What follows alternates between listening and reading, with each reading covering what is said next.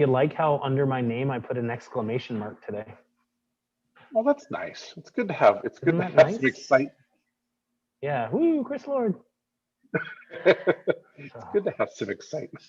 Yeah, there we go. I got YouTube open. Let's see if I can get Facebook open quick enough. Oh, that's a bad noise, whatever that is. Is that Alex sharpening some stuff over there? Yeah, that was a weird thing, whatever it was. It doesn't normally make that noise. It's probably Alex. But He's got it working different. I guess it's worth saying, here, I'll turn on Instagram too. There we go. I guess it's worth saying that, you know, we are still in the Ottawa store. We are still here sharpening knives. Being here Well, there so was you some can news. pick things up. There was some Ottawa news today, so maybe we should talk about that. We did have some news today.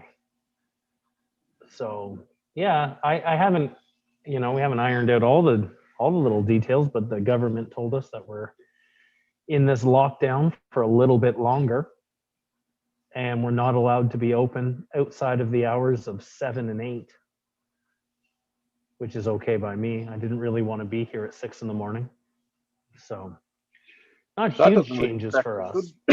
So yeah, it doesn't really affect us much at all.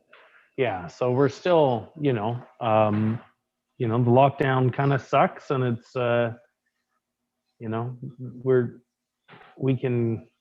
I don't really want to get into any arguments about necessity or anything like that, but it's just another one of the challenges that we're being faced with.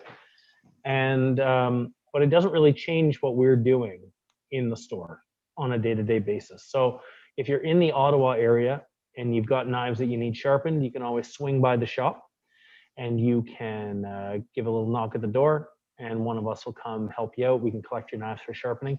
Give us if you're going to leave the house with your knives to be sharpened, you know, have it in your head it's going to take a couple of days. We might surprise you, but there's only 2 of us, you know, on any. It's only going to be one of you soon. Well, and that's it. Yeah, so there'll only be one person in the shop, and then that'll so, you know, we'll require a little bit of patience. So give yourself some time. And one thing I've noticed a lot lately, not just with our store, but just kind of all around, is if you're heading out for like a curbside something, make sure you dress for the weather. I've seen a lot of people like just standing in lineups, being cold. So you are such a dad sometimes. Yeah, well, I can be. Yeah, like we can't really. It's not really up to us, but we can't let you into the store. So I can't really let the door close behind you. So you got to be, you know, be dressed for the weather, I guess is what I'm saying. You know. Thanks, Dad. So yeah, you know, that's what my dad wouldn't say that. My dad would just make some comment about how I wasn't dressed for the weather and just harass me for it. Would he maybe just give you a just like a small round baby watermelon for lunch one day? Yeah, he did do that one time. That's what I heard. That was terrible. Yeah, that was funny. Yeah, I was in like grade 8. No, I was in grade 7. We had just moved here from Newfoundland, and my mom went back to Newfoundland to visit her parents. And my dad was there. Like, I don't know if my dad had ever made a lunch for us before. And I get to school, I didn't even think to look in my lunch bag. And my dad's a pretty avid gardener. And he had grown these, I think they were called sugar baby watermelons. And they're about this big, like the size of a big grapefruit. And I got to school, and that's all that was in my lunch. Like I didn't have a means to get into it. I didn't have anything else to eat. I had to crack it on the side of my desk like a monkey. Yeah, and I was already like constantly made fun of because when I moved to Ontario, I had a little bit of a Newfie accent, and I was the new kid. So now I'm like this monkey who talks funny. It wasn't very good. I'll remember that. You had to go to a different school to find a girlfriend, is what you're saying. Yeah, well, at least I just said that, you know, oh, I have a girlfriend, but she doesn't go to this school. You know, oh, you wouldn't know her. She's back in Newfoundland. You know, that kind of. I was, you know that. Sneaky. So, well, we got a handful of people here watching. So if you haven't, go ahead, Kevin. I was going to say on Facebook, I see you left the message on there that says what's on Facebook? One of them said join Nathan and Chris for a cooking class. Oh, Nathan put So the friggin'. I you changed the title. I didn't know we had descriptions in there. there you go. So just so you know, we're not. Maybe you can tell us what we're doing. Yeah. So today, well, it's our. Holy, there's like a baby screaming down the street. I've got some weapons here. Yeah, well, something, and it's kind of funny because Kevin and I decided we were going to talk about this anyways, and then a bunch of people just started asking about it, but asking about taking care of a cutting board and taking care of your knife handles, and what do you do if your knife handle dries out or your cutting board is starting to look a little worse for wear. And it was kind of funny because it all just kind of came out of, you and I decided we were going to talk about this, but then it ended up, you had a bunch of people message you right away about it was two, but that's two more than usual. Usually I get zero. Yeah, 0 questions about how to take care of a cutting board. So so I guess we could talk about that. Is there any news to talk about? I had a joke. I had a joke earlier that I was going to ask you. You did, yeah. I don't know where my joke is. Here, do you want me to do it? What does Batman say to Robin before they get in the Batmobile? Oh, I don't know. Robin, get in the car. Oh, that makes sense. Yeah. Here, I'll find your other joke real quick. So, if everyone, that was about the Falcons. Yeah. Falcons only live. What is it? What did I hear? Falcons only live 13 years. Yeah. All Falcons born now were born in the 21st century, which makes them millennial Falcons. That's right. The fastest ones. Yeah. So, so we're going to talk a little bit about how to take care of your cutting board, how to put a bit more life into your knife handles. But if you have any questions about anything else, Michelle Cote says hello. Hello. I haven't seen him in a while. And my buddy Jen on Instagram just rolled her eyes at me, but she likes my rock locks. Oh. It's called my COVID haircut. Yeah. And Brian is saying that I didn't use my head. I don't know what that means. To open your watermelon. Oh, yeah. Well, you made a video once where you tried to juice an onion with your head or something. Yeah, it was a pumpkin. Yeah, see, I must have done a really good job with the pumpkin because I forgot that happened. So. You hit it too hard. Yeah. So if you've any other questions or anything else, we're here to just kind of, like Kevin and I seem to really enjoy doing this. We can answer any of your knife questions, how to, care for a particular knife. What's a good knife for this job? You're curious about our opinion of one knife over another, food questions, whatever you've got, really. We're just really happy that people come to hang out with us, and we're, collectively building a bit of a community here, which is kind of fun. So. Wow, you're so nice. I just say so nice. I just say that we like to, hang out and talk, and then some people show up and listen, which is weird. Look at this. See what this is? I see. Yes, I see what that is. See what this is? Ooh. Yeah. Look how shiny. What is it? What do you think it is? Oh, it's a quiz. That would be I don't know what size it is because I can't tell, but that would be the 210. So that's the ATS 34 from Manaka Kisuke-san. Yep. But the handle's a bit dry. So I thought let's just show you what to do about a little dry handle. Because sometimes, so this is the Kisuke or Manaka ATS 34 Uto here. Sometimes, and it usually happens with whole wood handles, like white handles. Doesn't generally happen with walnut or cherry as much, but it can. But we can get a bit of water damage in this, and the handle starts feeling less smooth, right? It feels a bit more rough than usual. So what you can do, and it's really easy, is you get one of these. This is a 1000 grit sanding sponge here, right? So I just got this at the Home Depot. And then you just give the wood a rub. I know it's not rocket surgery here at all. No. But it is a question that gets asked a lot. right? And that has smoothed it right out. Actually, that feels nicer than probably when it first came. I love this 1,000 grit one. It's awesome. And then we've got these, this thing here. So we sell this it's called Boardwax. We've fixed, we're buying a different, we used to sell a different one, but I didn't like the finish so much as I like this one. This one penetrates a bit better, so the oil penetrates a bit better and the wax isn't as hard. So it doesn't, it's not as sticky. Yeah. A tub of stuff like this, the Boardwax, get a bit on your fingers and rub it into the handle. And then all we're going to do is let it sit there for 5-10 minutes, overnight if you like. Yeah. Let that soak in, and then we'll just get a piece of paper towel and buff it up, and it'll be smooth and shiny when we're done.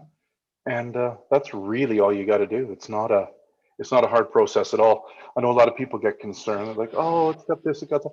You know, oh, it's starting to look not so good. Just sand it a little bit if it's rough. Yeah. Just oil it if it's not rough. But just make sure you give it some of that oil and bees. Yeah, see, that one's getting dark, right? Yeah. Yeah, that's the Shimo tester. So I don't have this fancy sponge because I didn't go to the hardware store today. But I do have I've got a 600 grit sandpaper here that does a pretty good job too.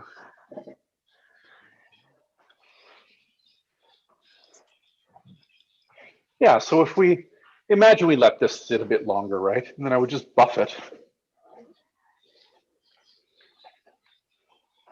like that.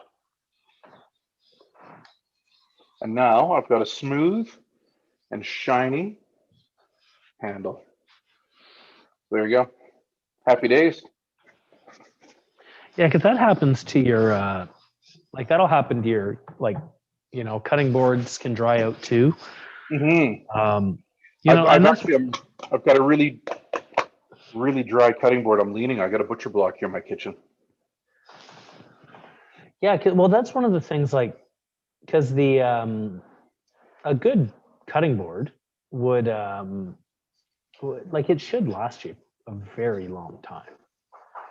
You know what I mean? Like that's why we kind of like end grain, is because when you apply a bit of the oil, the wax to it, it'll kind of swell the wood back.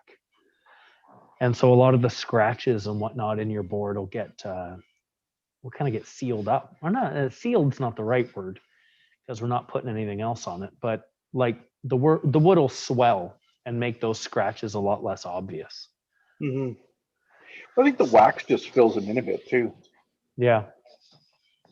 Fred's got a good comment over on Facebook. When I chop vegetables on my larch board, I just wipe it down with a paper towel and a tiny drop of dish soap and water, then take a second damp paper towel and wipe it again. And then a dry paper towel to dry it off. If he cuts meat, rinse in the sink and use the soft part of the sponge. I take it that's a good way to clean it without exposing too much water, which is exactly it. You don't want to, like a lot of people, even with when kind of the washing of their knives and whatnot, they'll get really hung up on using soap or even like putting them in the water, which I guess it's good to be careful, but you don't need to be that careful. You can, you know, if you get it wet, just dry it off, like what Fred's saying. One of the great things I really like in the Larchwood care sheet is they talk about give your board a shower, not a bath. Because if you I like that phrase. That's pretty good, isn't it? If you soak the wood, and it's even like when we're sharpening knives, like exposing the wood to water for long periods of time will cause those, you know, it'll cause your knife handle to feel a little bit rough. It'll make your cutting board might actually kind of swell or warp if you soak it in hot water. Oh, there's Chris Commandant on Instagram. Hello. So listen, we've also got a question. We've also got a question from TJ Ronan here. Oh, okay. Says, what's the difference between your ceramic coning rods? Is a black one, is a white one? What's the difference? I find that the white it is one of our most asked questions. It is, yeah. Well, I got a white one here. I find, and there might be like I'm hoping Kevin has got like a real like official answer to what I'm about to say, but I find the white one is got a little more, is a little grippier. Like it's got a little more texture to it. I find it's dangerous to kind of to consider them as particular grits, because that's not really the point of them. A lot of people ask, what's the grit of that honing rod? And that's kind of, I don't know if that's the right train of thought. But I find the Well, white they actually rate them in hardness. because the black one is harder, correct? The white one's harder. The white one is harder. Oh, okay. Yeah. Well then, I should be quiet. The white one is harder, and the white one does a much better job on things like powder steels and some of the harder. But it also does, I find, a much better job on European knives. So like your Henkel knives, for example. Yeah. I think the white one is the one everybody needs, but I think the black one, because I use both at home. Like I use the white one, and then I'll use the black one, and it gives me a smoother edge. Yeah. So it's almost like So the white one is, it feels more coarse, and it likely is more coarse. Prairie Climber, the black one's good for you too, buddy. Don't worry. I've also got a white one if you need it. Yeah. So, anyways, the white one I think is just kind of good for everything. They both work really well for everything. Yeah. I think chefs want the white one because they tend to let their knives get too dull. they want something that gives them that immediate fix, right? Yeah. Yeah, I generally would say, like when I'm helping people pick them out, I say the white one is better for if you're only going to do it every so often. But if you're going to be really particular and make sure you're doing it constantly, the black one will get you a bit further. I personally, I just use the white one at home because I'm not always the best about keeping things tip top at home. So. I'm very fussy, as you know. I do. This handle's interesting, Chris. So this is a really old Yuki. This is like one of the first Yukis ever made, and Masakaze Yukis. And the handle's really old, and I've used it for lots, and I've waxed it and sanded it lots, and just the oil from my hands. So it's actually, I just sanded it down with the 1000 grit, and I'm not even going to add anything else to it. It just feels beautiful. Just they change color, and this is something good to know. Like you can see, it's not a white handle anymore, right? It's changed color, and that's normal. That's what they do. It's like how a jean or a leather jacket or a pair of jeans looks better after time. Is that still a round handle though? It is, right? It's just some of the grain of the wood makes it look from the side. The grain kind of through the camera makes it look like it might be beveled. It's kind of cool. Yeah, no, it's not. It's just a really old knife that's seen a lot of work. Here's a good question, Kevin, about knife maintenance. Yusuf is asking, according to the interwebs, Takeda knives have a 0 grind. Obviously, the sharpening angle is different than a typical gyuto, but for more regular maintenance, should I be just adjusting the angle on the ceramic honing rod or going with a different method entirely? The internet only gives advice about using the Takeda sharpening stones, which are a weird thing in themselves. Takeda-san has, him and I talk about it a lot. When I make knives with him, I sharpen them like he does. I've sharpened knives in his shop that go out like the way he does, but it's weird. So he holds the knife. Oh, that's a greasy handle. I grabbed one of the handles that I greased up. I'm just doing all the maintenance on my knives today. I like this. Show. I can do this sort of thing. So he grabs the knife, and then he holds the stone in his hand, and he rubs rubs the stone with his knife, which is weird. But like he said to me, he goes, when you sharpen knives, Kevin, you put your edge down on the sharpening stone, then rub the edge that you can't see. He goes, it's like if you're painting your fingernails and you hold it upside down and you paint them this way and you can't see them. He goes, you have to hold it this way to see where you're painting. So I look and see the knife, and then I scrub with the stone. Yeah. It's a different way to sharpen. It's a technique to learn. But I've got a Takeda here in a honing rod. I can just show you. Yeah, because I don't have much in the way of Takedas right now. Yeah, life is like that sometimes. Here, so I've got. All I have is a Kogatana, and that's not really the thing. So I got a Takeda-san knife here. I got a honing rod. You'll see me do things like this. That's probably harder to understand. What you want to do get it to stand upright like this, right?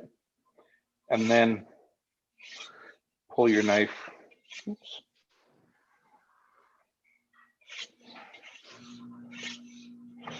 Like that. So you're just starting at the heel and going down. And that'll just zip up your edge. That's all there is to it. There's not a lot. I know a lot of people will make it sound really hard and like there's some magic going on, but sharpening knives and keeping them sharp is not that hard, actually. Now is it? Oh, here's we got another good question here on YouTube from Maxim. They've got one of the Yu Kurosakis with a stabilized wood handle. Not familiar with that kind of handle. Could it dry out? Because they won't be comfortable using sandpaper on it. Nope. You've got one of those around, haven't you? I got one right here. This is handy doing this in my kitchen. So this is one of the handles from our man Dustin that you're talking about. Yeah. And this wood is stabilized, i.e. it's wood held together with a ton of resin. So there's really no maintenance to it. Don't abuse it, but keep it washed. Wash it and dry it gently. We haven't had any troubles with these handles at all. Yeah. It's not going to dry out because it's already, but if it does need anything, if it does start looking dry, like if you do scrub it really hard or something like that, just use some of this board wax on it. Just wipe some board wax on it and it will sort it out. Easy peasy. Easy peasy. Isn't that a wild handle? What do you think of this handle, Chris? Those are really cool. There was some really, in the last garage sale, there was some really cool ones. Like there's like some really wild combinations. And I got a pink one coming from him for me. Ooh, fun. Pretty excited about a pink one, to be honest. Yeah. A pink handle won't stick around for very long. Hey, any idea what this is? I have a guess. I'll let everyone get a look at it and then see. Yeah. So it's a really strange deba. Pretty wild shape. Is that one of the ones? Sometimes we've had knives come through the store with that kind of shape, and they were sold as eel knives. Yes and no. This is a deba for freshwater fish like trout. Okay.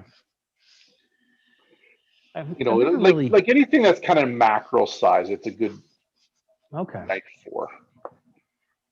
Yeah, I've never really used a deba because of the whole left-handedness.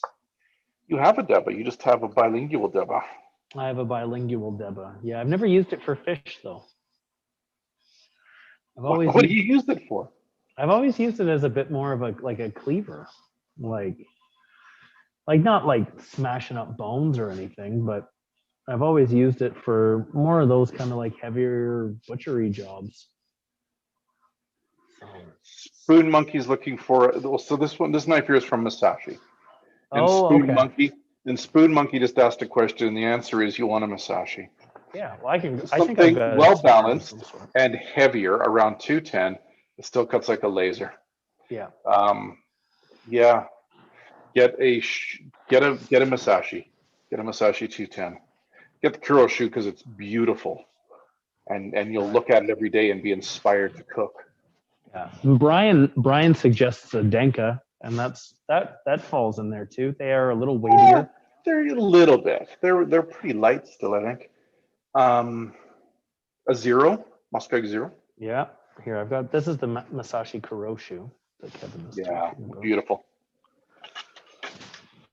So, and I think I got a Zero. I'll grab a Zero as well, just to show. And then there was another question. Oh, Michelle is hoping for a link for that particular knife, Kevin. Do we have any of those Masashi Debas? No, there's only one made. You made it for me. Oh no. Well, you'll have to keep an eye out. I'll see if I can get him some more. See if I can get some more from him for the stores. Yeah. He just kind of made one off for me because he knows I like to fly fish. poorly. He doesn't. He knows I like to fly fish, but he doesn't know that I don't need a deba for fly fishing because that would require me landing a fish, and I am very good at not landing a fish with fly fishing. Michel Cote sounds like he actually lands fish. And this is the Masakage Zero. So these are made by Saji-san and Takafu. They're super blue carbon with a stainless steel jacket. And they've got this beautiful desert ironwood and brass handle on them. And there's a really cool little mosaic pin in it made with copper. Hey, Chris Lord, any idea who this knife is made by? I have a good guess. A good view of that mottled Damascus look and that really tall heel. Yeah, that would have to be from Mr. Ken Kagura. That is exactly it. We've got some more knives coming from him, hey? Ooh. Did you know that? So you had mentioned it a couple days ago in one of these videos. San has retired, but his idea of retirement's different than mine. He still likes to work a little bit, which means we can't order anything. He just makes what he feels like. But he made some 240 Utos like this. Because I think you and I both have 240 Utos, don't we? Yep. Yeah, I had a 150 before we that was the first knife I bought having come to work here. I bought a 150 Uto because they're really cool. They got like they're very triangular. I really like it. And then when he did that last I'm gonna retire run, I bought a 240. Yeah, and I bought 2 axes then too. But he does. I don't think he's made any more axes. He makes a few hunting knives. I bought a hunting knife recently. But the problem is with Kagura's knives. I love them. I think the man is a superpower. I think he's got a technique that nobody else does anymore. He never had employees or apprentices, so he hasn't passed on his knowledge. And he makes such good knives. Yeah. And they're beautiful and they're cool and they're everything I want. And he's just not making them anymore. And so the thing I like about he made us 4 hunting knives for the last garage sale, and I grabbed one of them. Yeah. Right. He's made a few more knives. He's got a 240 coming, so I don't need one of those, so I won't be grabbing it. But honestly, when he sends more knives, I look through them and decide which one I want. Yeah. I know that's not very nice for customers. Sorry, customers. Well, there's got to be a perk, Well, sometimes there's a perk to having my job. Yeah. Well, the thing I like about his knives in particular is that they are meant to be used. They don't feel super light and dainty. They kind of remind me a bit of the feel of a Moritaka. They got a little bit more weight to them. They're tall. So they're they're kind of wacky shapes and stuff. Yeah. And like you said, they're meant to be used. He is a fisherman. He likes fly fishing. He likes going deer hunting and stuff. So he likes outdoor knives. His axes are phenomenal. His outdoor knives, I think, are outstanding. Yeah. So he likes all that stuff. So he makes knives that work for that, which is great. Looks like Maxime is getting a Raijin Nikiri with the funny handle, which is awesome. You'll have to, Maxime, Did we have some of those left from the garage sale? I don't know. Let me check the old website. But I was going to say, Ted was asking about the Tojiro Ergos, and we do. We've got a bunch of the burgundy handled ones and then the pink ones. I'm going to grab. Tojiro Ergos. Which ones are those? So these are relatively new. They're kind of weird. I know those. Yeah. No, I like those. I like the pink handle ones. Come on. Yeah. But yeah, there's a lot of little Tojiro makes awesome knives. They're going to be a little bit easier on your bank account, but they perform really well, and they make a lot of considerations too. This kind of tech. The thing I find about this knife is perfect for the person who drives you crazy by not holding their knife properly. Because it's almost it's like a Fujiwara, but in a different way. There's just certain bits about the handle, this little knob. Oh, look at that! So it makes you hold it the right way. Yeah, because it's, if you hold it any other way than that, It's real uncomfortable. Like if you try to hold it like that, it won't work. Even like that, it's not great. But if you hold it the way you're supposed to hold a knife, it's great. So, but this is something that I don't know if you've ever been faced with this question in the store, Kevin, but for somebody who has arthritis or like kind of reduced mobility in their hands, a big fat handle like that is perfect for them. If someone doesn't have a lot of grip strength, a big fat handle doesn't make them have to close their hand as much. So like if you wanted to get something for your granny, this could be a great knife if that's something that she's ever complained about, My granny? No. I'm too old to have a granny still. Yeah, well, someone watching might. Someone might, that's right. But my mom is a granny age. Well, there we go. So maybe But she likes Masakagi Kumos. Well, so does my mom. It's the mum knife. The Masakagi Kumo is the mum knife. It's perfect for your mom. You know what? That might have been the last one, Kevin, because there's not a lot of Kurosaki stuff on the website right now. Oh. There's a couple Shizukus. There's a 210. Maxime may have just got himself a good deal. A couple of Senkos. There's a 120 Senko, a 210. Shizukus, there's a 120 and a 210. Yeah. Shizuku, there's a Tsujihiki as well. But some cool stuff there. Oh, I can get into that. Yeah. So Ted Lane said he was asking because he wants to introduce someone to proper knives. So that's the perfect knife. Yeah. So Ted, you could, if you wanted, the simplest way to get that, we could ship it to you, but we could, what am I trying to say? We could always arrange for a curbside pickup. Just order it online. I've got several of them in stock, so there shouldn't be much of an issue in you selecting it for curbside pickup. If it gives you a hard time, just give us a call at the store and we'll get it sorted out for you. Brian is asking, have you ever sliced up a ton of Brussels sprouts? My hand holding them was killing. Is there a smart way to do it? I think I'm going to chop up some veggies this weekend on Saturday. And I think it might have been Brian. Someone had asked if I would do Brussels sprouts on the weekend. So I will. I'll buy a bag of Brussels sprouts and we'll work with those. Cool. It depends on what you want to do. Like if you're roasting them, I think the only way to really eat Brussels sprouts is to roast them in a really hot oven or really, cast iron pan or something like that. I like Brussels sprouts. I think there's lots of ways to cook them. Yeah. But I just cut them in half. You made a salad really thin. You should get a mandolin, Brian. The other day, so Kevin, on Saturday when I was doing this with Nathan, I had made like a celery root remoulade, like the slaw kind of salad. Right. And I had 2 celery roots. I wasn't in a rush. I just did it. I just julienned it all by hand. And the amount of chirping I got for like making the 4-hour soup was just really unheard of. Who was chirping you?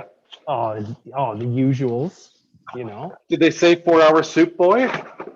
No, but that was the that was fighting Usyk who had asked feeling, was it? That was the sentiment. So, Brian, to be perfectly honest, if you're doing enough, like I don't know, I'm picturing you making coleslaw out of Brussels sprouts, which is going to take you forever. I personally would use a mandolin. Good though, wouldn't it?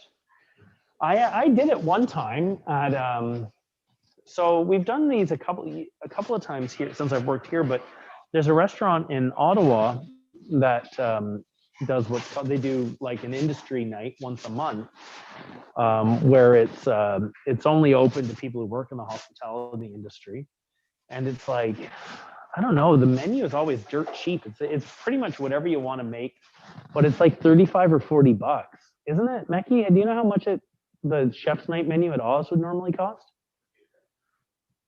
No, it's not that much. I can't remember. It's cheap though. It's like the chef night at Oz is cheap. It's like $45-$50. Yeah, but like I've done it a couple of times. You came down one time. Yeah. You came down the last time I did it, and I think I did 5 or 6 courses for that. Yeah, we did a miso soup. We did like a kind of a brisket carpaccio sort of thing. There was a poached fish. There was that weird jellied coffee dessert. There was a grilled something. Yeah, and then yakiniku. So it was five courses for like $45. But it always turns into a piss up. Like, you're like halfway into your first seating and someone's already sent shots back to the kitchen. So you just, the game I would play when I did that is I'd just give it over to the dishwasher and see how long it took for them to fall down. Because I've learned something about kitchens. If there's shots, that dishwasher is not going to say no unless they have an established problem with that. So, but that's a true fact. Yeah. He's making a Caesar salad out of them, he says. That'd be all right, cool. Hey? That'd be good. Some kind of peppery Brussels sprouts and anchovy, garlic, parmesan. Like, it all sounds good. Yeah, that's great. Nice. Well, I'll definitely buy, because there was, Fighting Usyk had chimed in there, and then that asking about Brussels sprouts. So I'll buy those, because I know on the weekend I want to do a little video where it's just kind of comparing like a Santoku to a Gyuto to a Nikiri, and just kind of talk about the different shapes. We got a couple questions here now, Kevin. Adam Yarbo is asking, will you guys be getting any of those 180 mil Western handled Kurosakis? Yeah, we get as many as we can. Yeah. What I can do is send now to an email right now, or send Shiva an email right now and get some of those. I don't know. I know Adam has kind of checked out a few of our videos, so he might have been given this advice already, but in case someone else doesn't know, if there's a knife that you really like the look of and it's on our website but it's out of stock, you can always put your email in on the, like, you'll see there's a page. Well, here, why don't I just, Kevin, I'm going to share the screen. Yeah, that's a great idea. So I just got to remember how to do it. Share screen. Here we go. I think you press the share screen button. You close all the tabs you don't want people seeing, like the YouTube ones about how to sharpen a knife. Yeah, those ones. Okay. Yeah, so you want to close those. So can you see this okay? I can. Okay. So you go to the website. Here we go. And then let's just find a knife that's out of stock. Let's find the one Adam wants. There's the big version of what he wants. So where's the 180? There it is. So then you go here. You open it up. Apparently it takes a minute. And then, so right here, notify me when available. That's, you'd kind of click that, and then you just put in your email address, Boop. And then you go like that. Then you'll get an email that'll, one day you'll get an email that'll say, hey, we've got your knife. It's, here it is. Do you want it? If it is something that you're after, I wouldn't recommend taking a long break, or like, don't think it through too long. And then you'll get first crack at it, I guess is what I'm trying to say. Right. So that's what I don't know. That's the best advice I can give you. The thing about knives like that is they kind of come, we get most of them closer to the garage sale. So we'll have a garage sale coming up in May and one coming up again in the fall. But if one were to turn up between now and then, that would give you the first chance at getting it. So the way the website works is it'll go through this list. So now I'm on there. So let's say that knife shows up. It sends it out in kind of 5s and 10, like it's like 10 at a time or something like that. And it holds it for a period of time. And then you'll get a chance. If you don't jump on it though, it does remove you from the list. So if you miss out, or if you get the email and then you were asleep and you didn't get to it in time or whatever, you'd have to put yourself back on the list. Yeah, because it takes you off. Yeah. Sorry about that. I wish it would send you. But I guess it removes you because you don't want to be getting that email every time they're back in stock if you bought it, I suppose. Yeah. Well, imagine, especially too, if it's something that we carry like regularly. Like, imagine if it was like, Well, what if you got the email every every every time we 2 had a weeks? Yuki Santoku came in, right? Like, and then oh, here's a couple more. Which knife, TJ Ronan? TJ Ronan's always got some good questions. Which knife do you recommend to fillet sardines and small fish? Yes. Which one do you recommend, Chris? I've got one. Well, I would probably use a 150 petty myself. Same. Same. Yeah. You Pick know, one you like. Pick one you like and go for it. yeah, you know what would be a good, well, here's kind of a neat one that's just kind of close by. I wouldn't use it for bigger fish because the edge, like it's a very hard steel, but soft fish, like softer bones and whatnot, like a mackerel or a sardine, something like that, it shouldn't give Yeah, you a hard time. mackerel all the way down to small sardines. That's a great knife. I don't know if you know about this, but do you know how to get like the whole skeleton out in one piece, Kevin? Do you know how to do that? Like, With like the way that cat does on the cartoons, where he just takes the fish and goes, kind and he of just holds up a sardine. I don't know where I was working. You would have to do it. You would have to do it from the back, like the butterfly method, right? Like the way they do salt cod. Mm. I'm Well, guessing. the way I learned how to do it one time with it only works with like really oily fish, like sardines and mackerel, where the flesh is kind of soft. And you just kind of take there's really the only reason why you would want to do it this way is if you were going to stuff it, I think. But you take it and you just kind of lightly, like while it's on your board, you just kind of lightly squish it a little bit with your hand. You get a pair of scissors and you snip it underneath the neck, and then you snip it at the tail. And because you squished it, you kind of loosened it up, and you can grab the skeleton from the inside and pull the whole thing out. What? Yeah. I've never heard of that. I know. You have to show me that next time we're in the same city. You got to show me that. Yeah. So that's cool. I like that a lot. I told Iggy that this is how he was going to get something done. When you text Naoto, can you ask him if he and Kasumi are planning another sharpening live stream in Japanese? Listen, I've started a list on a box here beside me. Yeah. I think Kasumi's really busy right now, but I think in Edmonton. Yeah. I think we'll probably have Naoto in Calgary and then I in Edmonton do it. I was chatting with her today. Oh, she's lovely.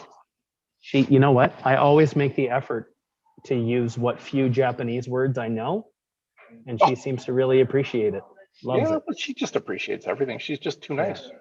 Yeah. I don't know why she joined us. She's too lovely. And then Adam is asking if the new Haruyuki line, the Shinogis, if they will come within a 240. I presume so. We only just got them. Where is one? I'll see if I can find one. What we got is what we're getting. Oh, okay. So good thing Kevin was here, because I would have given you the wrong information. Oh, here they are. They're right beside me. Jesus. Here, I got a Santoku. So yeah, we've got Santokus and Nikiris in the Ottawa shop.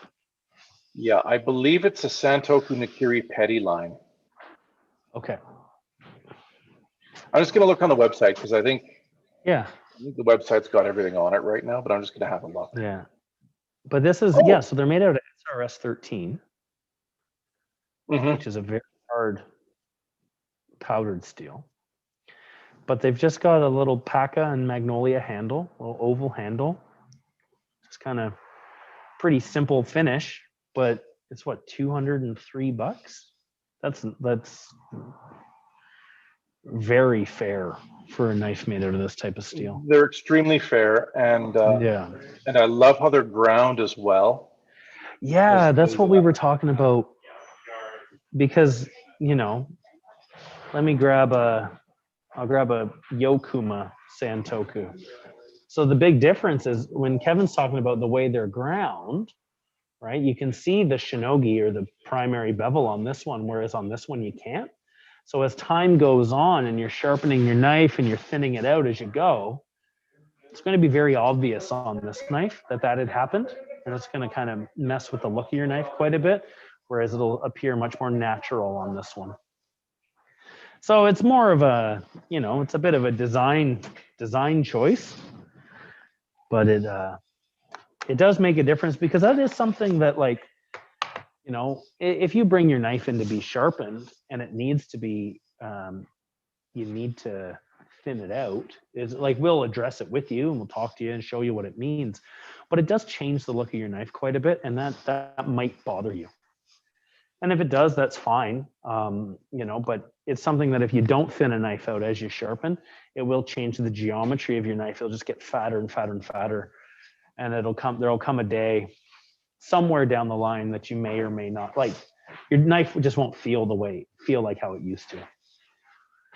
Listen, we've got a question on Instagram, and it's, gentlemen, what do you think about global knives? I'd say the cheeky answer is, if we loved them, we'd carry them, and we don't. That's kind of a cheeky answer. I think global knives are fine. I think that they're a bit of the style over substance. I don't think the steel they make them out of is very good. I don't think they're ground particularly well. I don't think they cut as well as many knives could. If you're looking for something in that price point, we've certainly got some Matsutani and Tojiro knives on our website that are made out of better steel, and in my mind, finish better than a global. Yeah. So they cut better. Maybe you've got something, because you've had a few globals. I only ever had one global in my life, and I never liked it.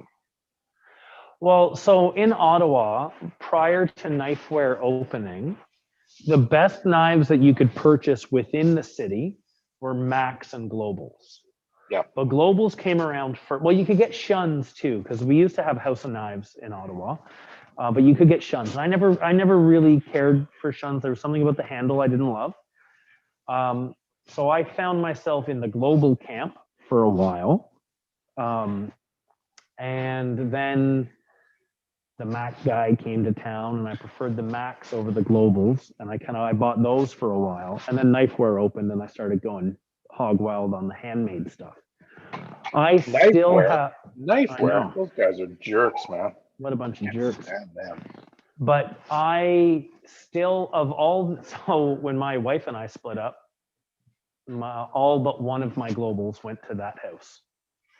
I was okay to let those go, but I did keep my big, like my 240, because that's what I use for cutting lobsters in half. I've got an old Victorinox for cutting lobsters in half. Yeah. Or doing like everything that's a bad idea. I do that.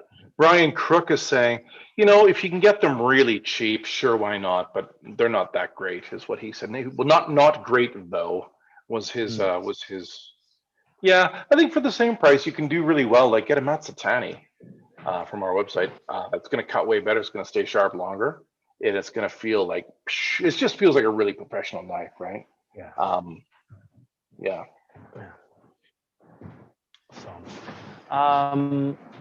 what else have we got over there? Hope we weren't too mean. I don't want to be too mean about any knives except Cutco knives. I will be mean about Cutco knives and Cutco company, but I don't want to be mean about any of the knives. I like knives. Knives are good. And it's kind of, you know what, like, they are the perfect knife for someone, you know, like the kind of all-in-one handle and all that. Like, it's, like I said, I had a bunch of them, so, you know, I bought more than one, so. But then we've got... Brian Kirk says he uses them for visitors and avocado pits. Well, you know what? I remember, so it was one of my, I think it was in, what the hell is the name of that book? Kitchen Confidential. When that book was written, Bourdain goes on about them. Bourdain, but I think it's also worth saying, like, at that time, kind of like when I was buying knives, which would have, like, that would have been, I got out of culinary school in 2005. So, you know, around that time, that would have been like one of the best things that you could have bought. And just kind of like Shun, like I don't know, maybe I'm wrong, Kevin, but I think like Shun, Max, and Globals are three of the best represented Japanese brands. Well, the reason they're so well represented is they actually have international sales forces, same as Miyabi, right? Yeah. So Shun, Miyabi, Global, Kasumi, but they're not so popular anymore. They all have international sales forces, right? Yeah. And they're just big production knives. That's why people know about them, kind of like Yeah. Henkel's, right? We Yeah. deal with a lot more boutique sellers, I suppose, or boutique makers, Yeah. because we prefer them. We just buy the knives we like, right? Yeah. Makes them easier to sell. So I don't have to be a salesman. Then I just buy stuff I like. Hey, we just talk about what we like, right? Well, then we just sell what we like, which is great. Yeah. Listen, do you want to show us how to do your cutting board? Because you've got a dry cutting board there. I've got a bit of a dry spot on my cutting board here. Yeah. I've got a whole dry cutting board. I've got a massive dry cutting board. Yeah. Yeah. Fighting But Music is asking if we finish our fish and butchery knives on different grits than our gyutos. Yes, I do. Yeah. I would generally go. It also depends what steel we're using. Yeah. And what I'm gonna and so what steel is it? What am I going to be doing with it? And what Yeah. the knife is it? I give knives all kinds of different edges depending on things. Yeah. Well, and Like, sometimes you just screw it around. Right? I'll finish a lot of my carbon steel knives on 1,000 grit. If it's on the wheel, like if I'm sharpening on the wheel at work, because that 1,000 grit moving that fast leaves a smoother edge than 1,000 grit on a hand stuff, for example, right? So yeah, I do a lot of different things. Fish, I'll go all the way to 10,000 all the time for fish, for my fish knives.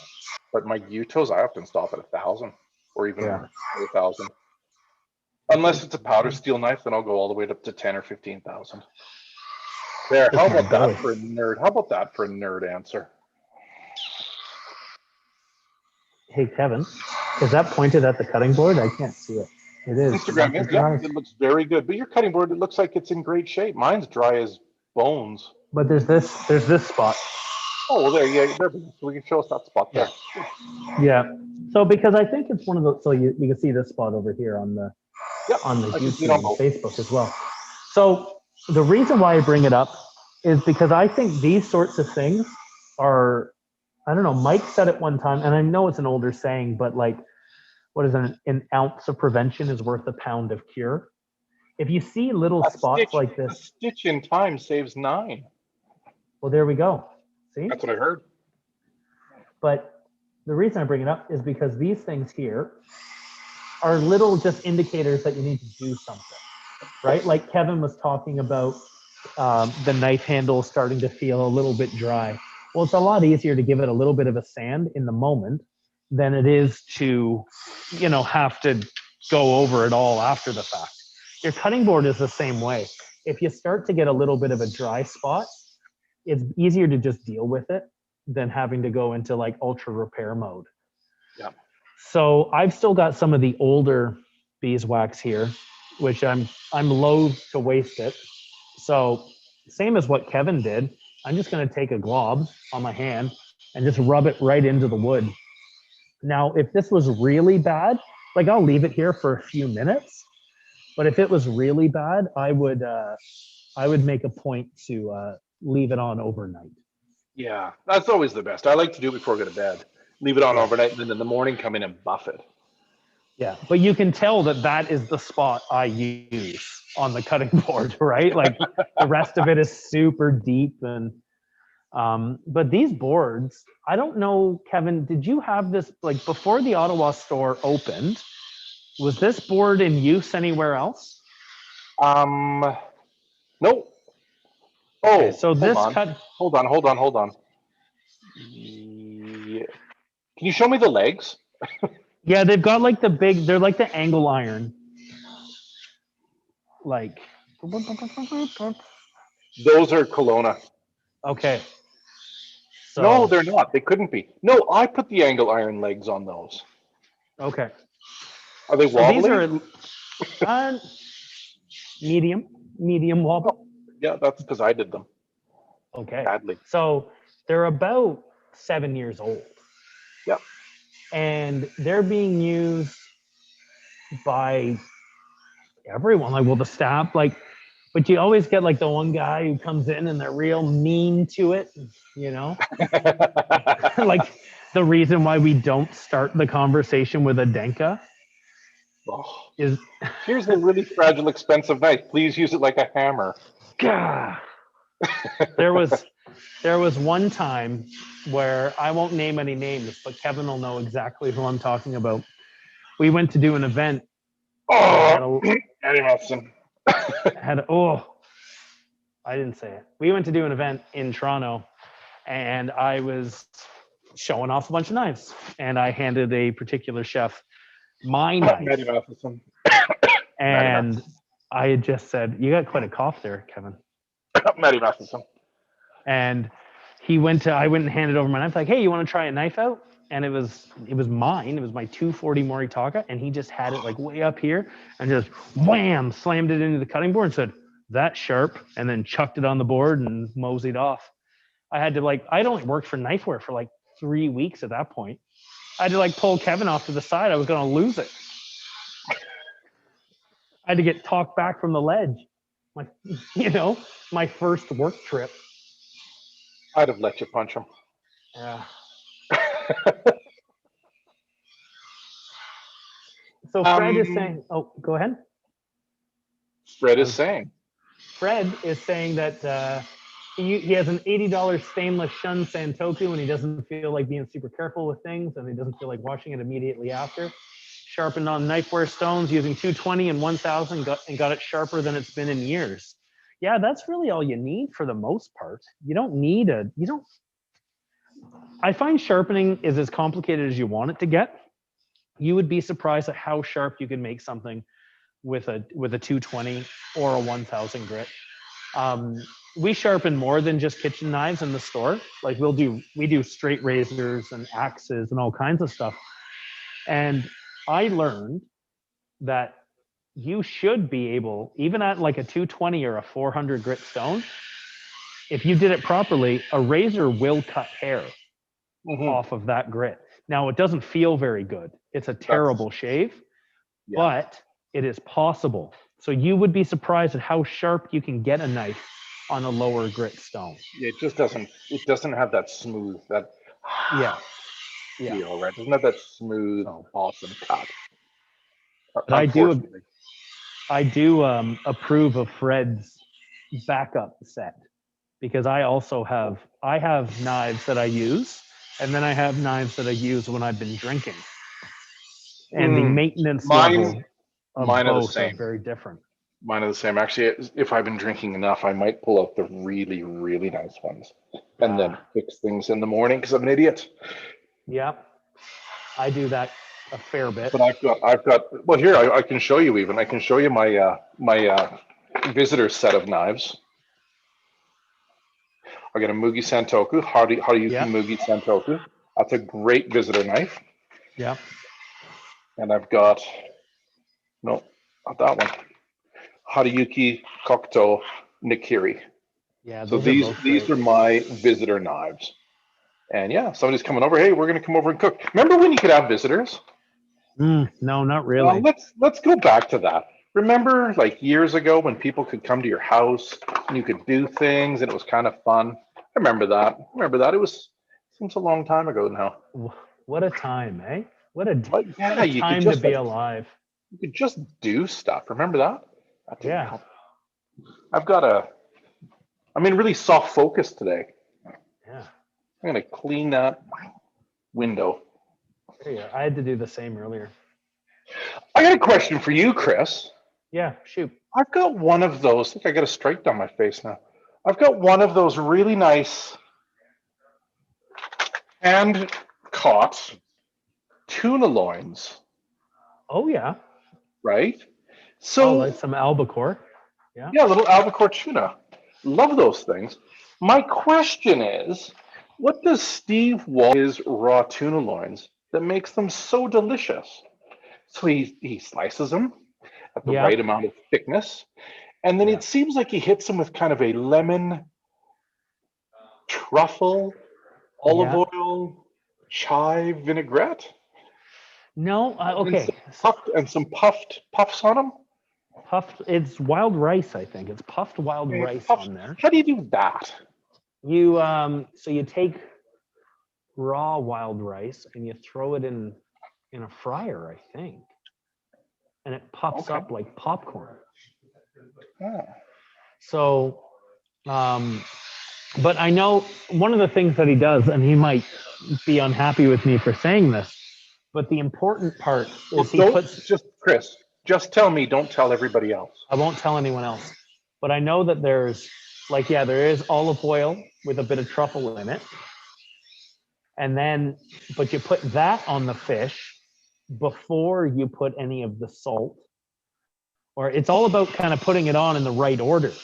Because if you put Well, the yeah, salt and the lemon on the fish first, you're gonna ceviche it. you'll ceviche it. So he puts the oil on, and then he puts the shallots, and then he puts the chives, and then he puts the puffed rice, and then or no, the puffed rice wouldn't go yet.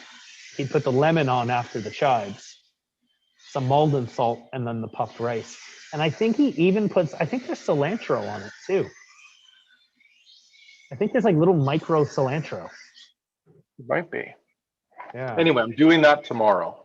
That's my Well, that's plan. fun. So I'm glad you mentioned the salt and lemon because that makes sense to me.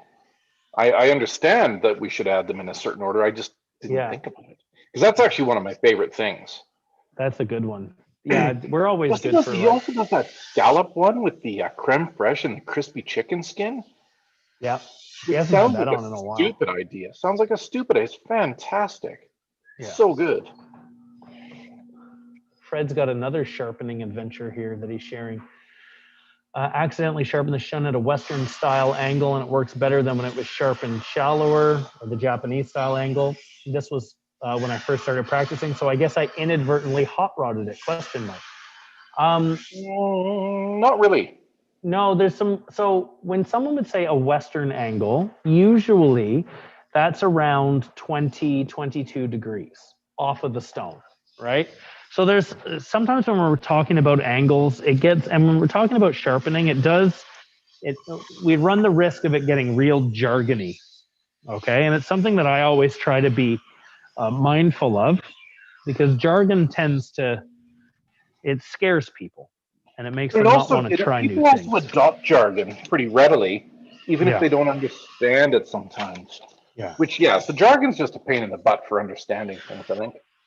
So, but just to add a little bit of clarification for those of you who don't know what we're talking about exactly, when someone would say a Western angle, that's going to be about a 15-degree angle off of the stone. So let's see, I think it's the diagram for in your book is pretty good for that. Whereas a Japanese angle would be closer to 15 degrees. So generally speaking, we sharpen a Japanese knife at a shallower angle than we do a European knife. Now, hot rodding is a term that I guess Kevin coined, describing the process where we thin out a knife. So I've got a little diagram I'm drawing here. Okay, perfect. So I can show you. So basically, this is, if you cut through your blade, this is the cross section of your blade, right? Yeah. You see, it comes to a point, and if you look here, I've also drawn the core steel by dotted lines in the middle there. Okay. So this is what happens when it's super sharp. But as you use it over time,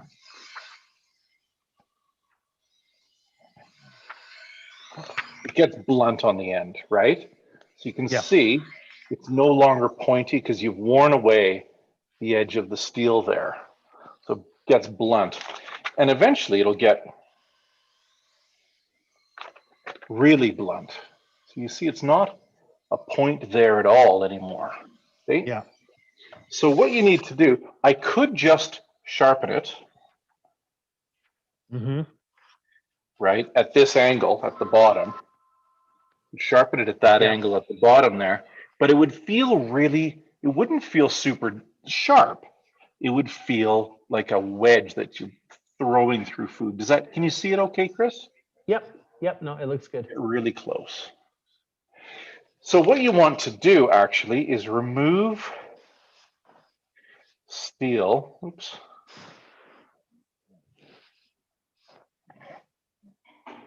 You want to remove a lot of steel like this from the sides of the thing. So it starts looking like,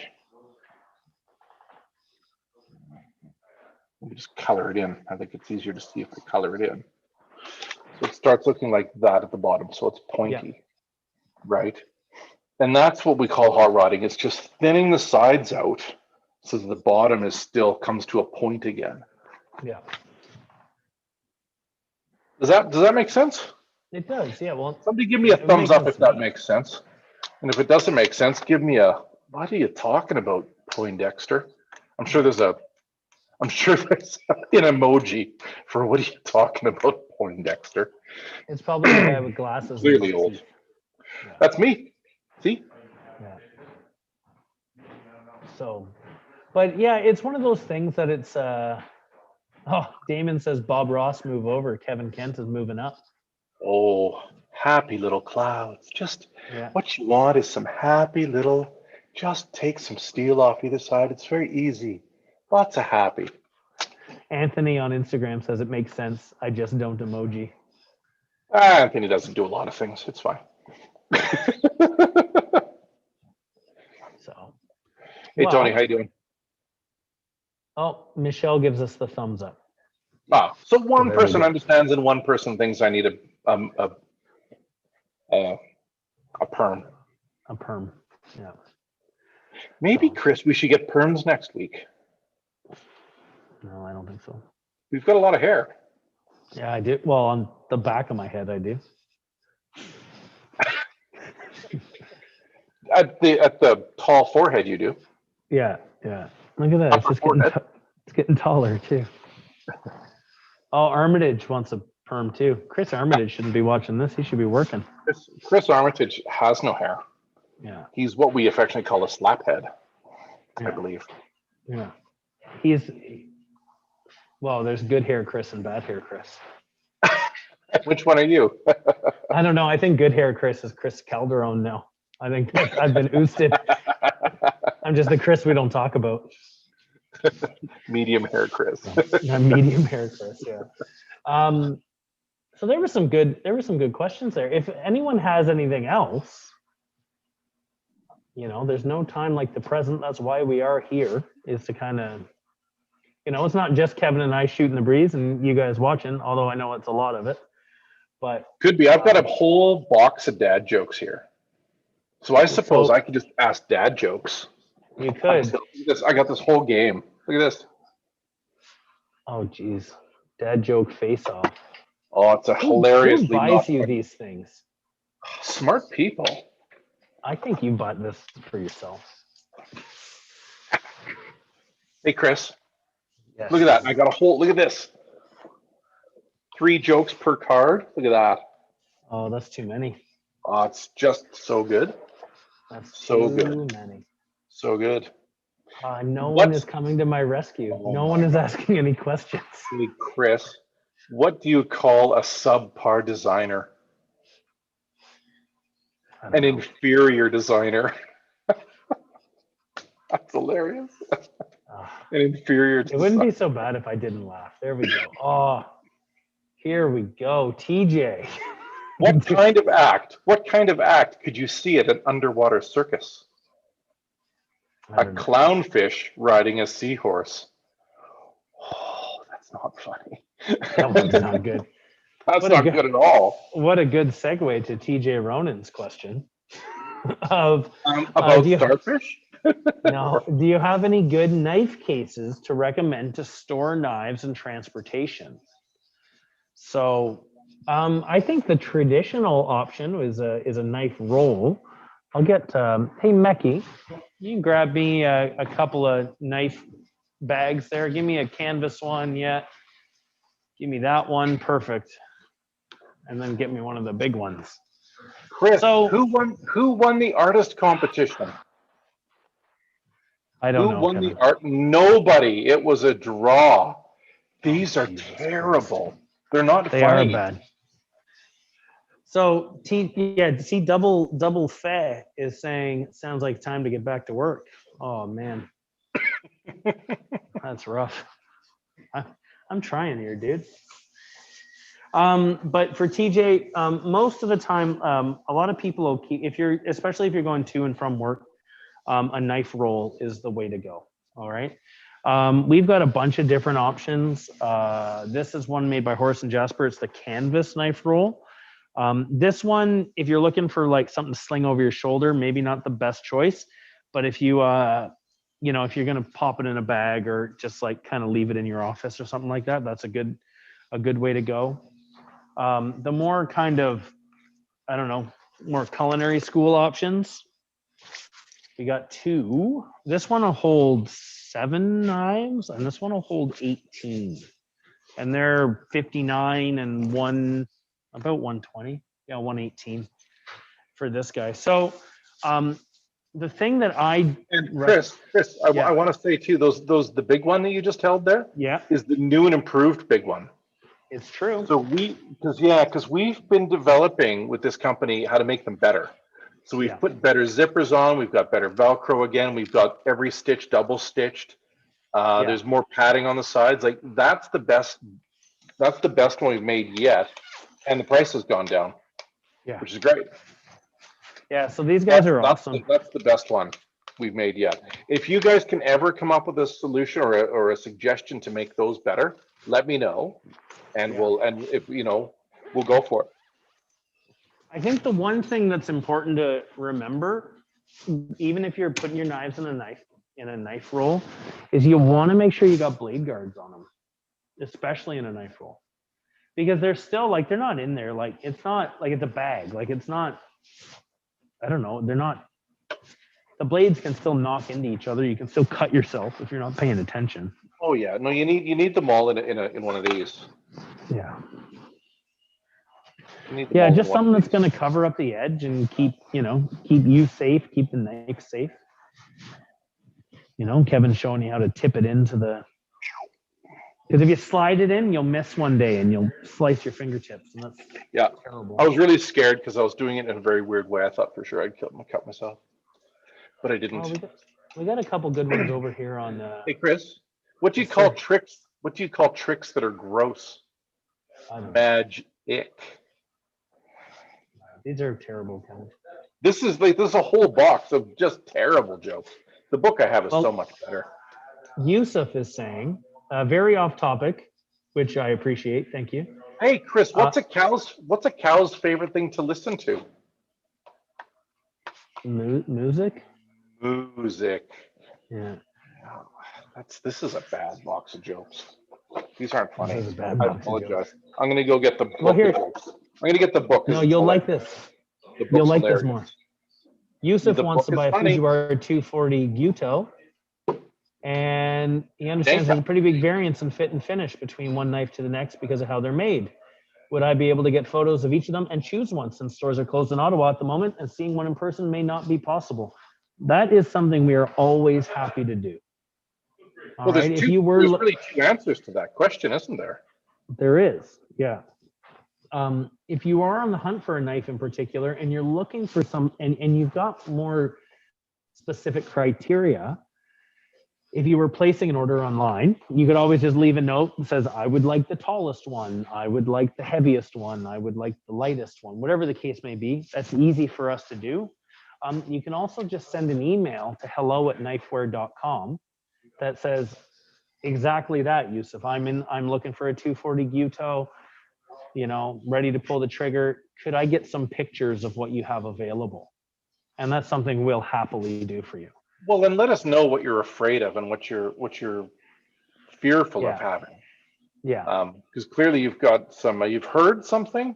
Now, I have to be honest too, you got to take a lot of things on the internet with a grain of salt. Because I've seen a lot of things written about Mr. Fujiwara and his handles and his grind, and most of them are not, in my experience, are not true. So you gotta take these into consideration too. But tell us what you're fearful of, and we can make sure we don't get you that. Yeah. And also Ottawa, although Ottawa's not open, it's open for curbside pickup, and you could always do a flyby and tell Chris you're coming. And Chris could just have the 240 Denk at the front door, and you could stand on the other side of the thing and look at it and touch it and stay out of the store, but still get to see the knife. Yep. Yeah, and we're happy to do that for you. And And then we got Fred is saying, what's the reason different blacksmiths use different handle styles? Is it just tradition? Is it the handle shape or style they prefer? Does it differ based on the type of knife, Deba as opposed to Gyutos as opposed to Santokus? Or do they just not really care what handle? And what do the blacksmiths generally think of crazy designs like Real Sharp Knife does? I think some of the younger guys are getting into it. Shibata-san just bought 210 handles from Dustin at Real Sharp Knife to get some crazy handles because he's selling them quite a lot in Japan domestically. Blacksmiths will put whatever handle they think is right on the knife, that they think it looks best or feels best. But also, like, sometimes we'll just choose a knife and say, can you put this handle on it, please, for us, because we prefer this. And most of the times they say, sure. Guys like Hinura or Kagura, they do what they like. Yeah. Fujiwara-san does what he likes. I guess you get to a point and you can just do what you want, right? Yeah, well, it's like anybody. It's like some chefs will cater to and some chefs will say stick it, I suppose. Yeah. Like anything, really. Yeah. But yeah, no, I think, you know, when you're trying to figure out what kind of handles you like, there's all kinds of different, like sometimes I prefer different, you know, like I really like the really dark handles like ebony wood and things like that. I like the fancy stuff, you know, so it all plays a role, right? Like the density of woods will change the amount that, you know, how heavy it feels in your hand. And you know, that's like the Masashi, like the koi line from Masashi. He puts a fatter handle on them than he does his other knives, and it just changes the feel of the knife, you know. So it's just really, you know, whatever you like. But I think you kind of hit the nail on the head there, Fred. It's like kind of all of the above, to be honest. And then Damon is asking, what about transporting knives with sayas versus plastic guards? Well, they do the same job. If you like the saya, get a saya. If you like the plastic guard, get a guard. Might be a price point because I think they're $10 versus $80, right? Yeah. And also just make sure that they're not going to fall out. Yeah. Right? Because I think here, like I've got this knife here with a saya, and it doesn't come out. Like it is really, it's firm in there, right? Like it's a friction fit saya. But I've got this saya here, and you'll see how great my saya is. Look at this. It's got paper stuck to it and tape all over it, but it just falls. It falls off. Yeah. All the time, right? So you would want to make sure that that doesn't happen when you're transporting. You want to feel safe and not cut your finger, not cut your leg, not cut through whatever you're transporting it in. Jeez, Chris, this is what a saya from a really busy chef looks like. This went through a lot of kitchens with me. It's just beat up, it's split and broken and taped up, and God, I'm a pig. It's garbage, man. And Damon, the sayas sometimes, like, they tend not to roll up as well, like in your roll, like if they are a bit thicker. I've got a mix of both, you know. Same as Kevin. There's something about taking a knife out of a saya that makes you feel like some kind of culinary. Saya just feels better. Period. They're just nicer. They're just nicer. Or you can go super crazy, and I've got this here. So I've got I've seen this knife before. This knife is in a special Horace and Jasper knife. What do we call them? Knife wallet? Pocket, I think, is pocket? is our official term. It's got all black rabbit fur on the inside and a bunch of studs on the outside. And inside, the knife is in a lacquered saya and actually says Hochomania, which means kitchen knife nerd. So it's a matching saya and handle. I chose the lacquer artist that did both to go with my Hanyaki blade. We've got, these are the Hanyaki blades that we have back in stock. We've got a couple. Nice.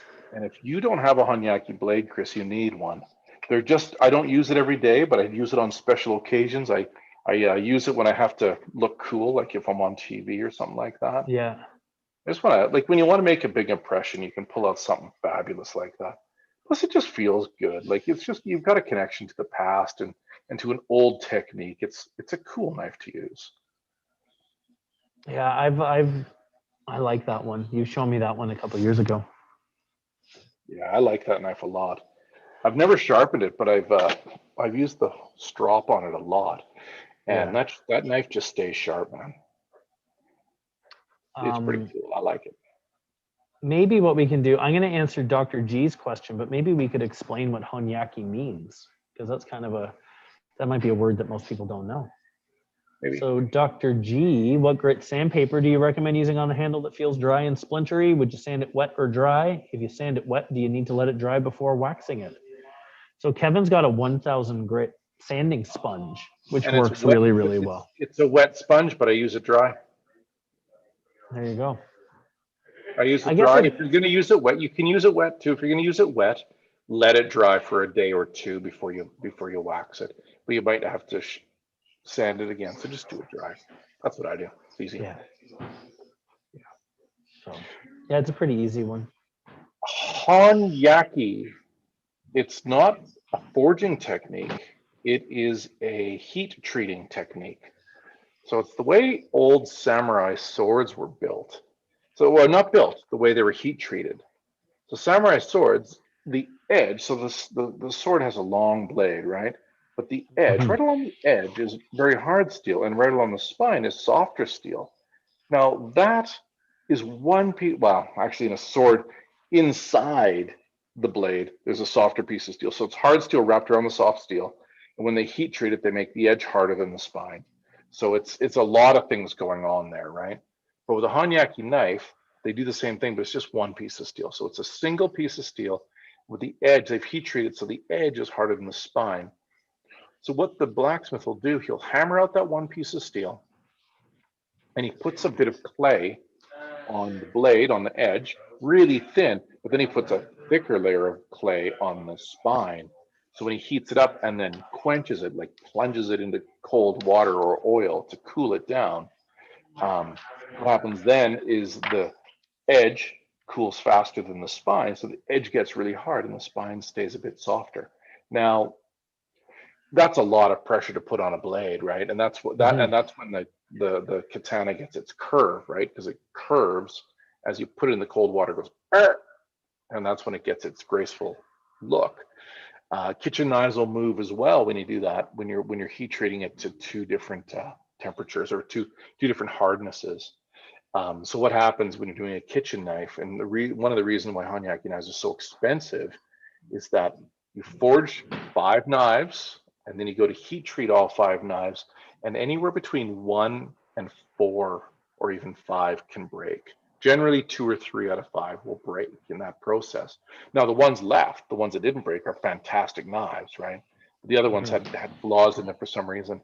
So you have to go through the hassle of making 5 knives to get 2 or 3 if you're a good blacksmith. So Yeah. that's one of the reasons why they're so expensive. And it's a romantic way of making a knife, right? It's just romance and Yeah. they link to the past. It's cool. If you like knives, you need a Honyaki one. It's just you just need one at one point, I think. That makes sense. Did I go all Bob Ross on you? No, it was good. It is good. That's one that's a style of knife that I've been on the hunt for a while. It's just, trying to, for me, like I'm waiting until I get, the right one in my hand. That's kind of where I'm at now. Is I've got my rainy day knife fund, and when the right knife hits my hand, Oh, I is don't, there rainy? yeah, You I don't always need. have a rainy day fund for knives?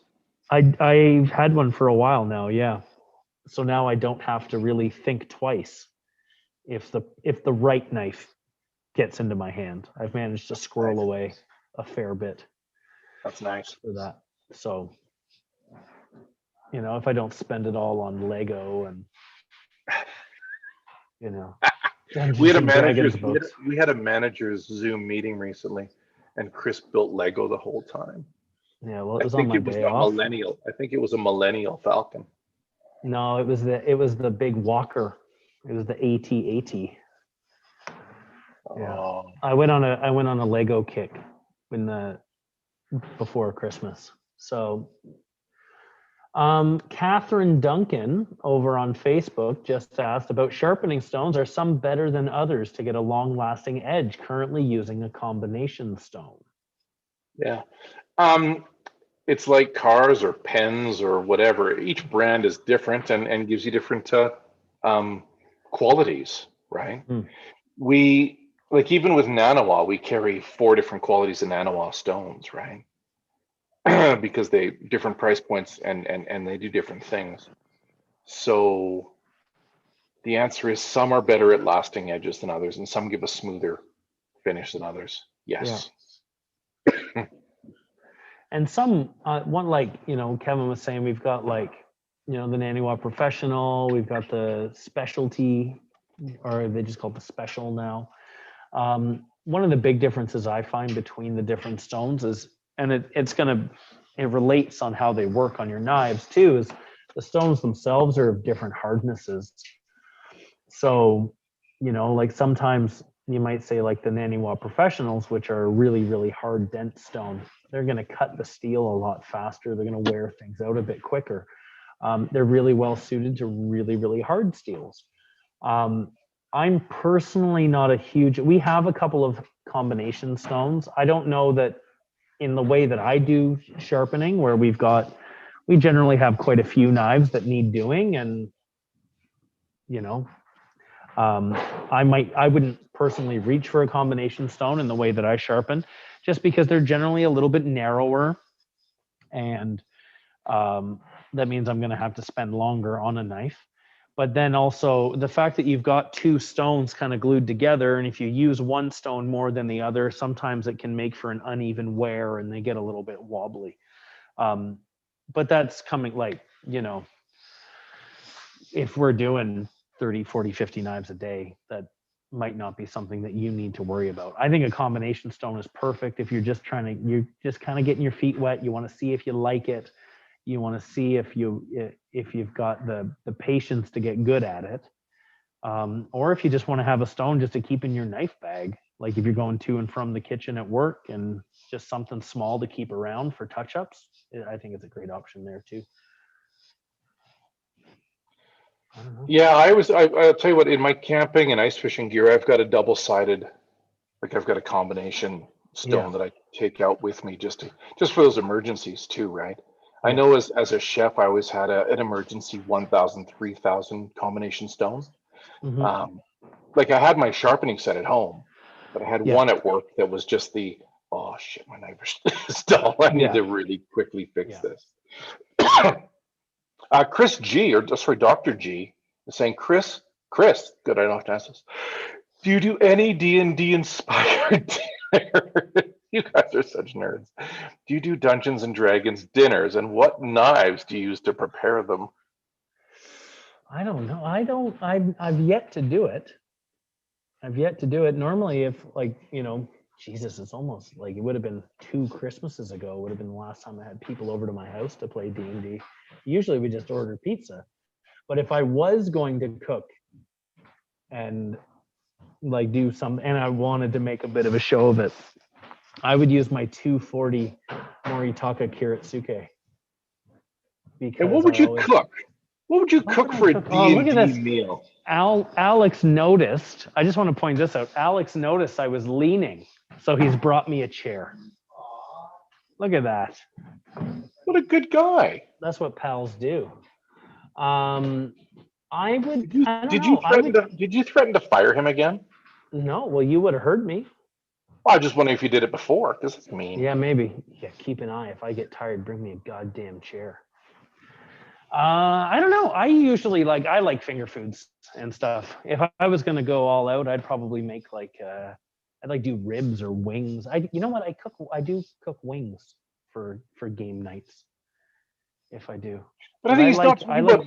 I don't think he's talking about food to eat at D&D's D&D inspired dinner.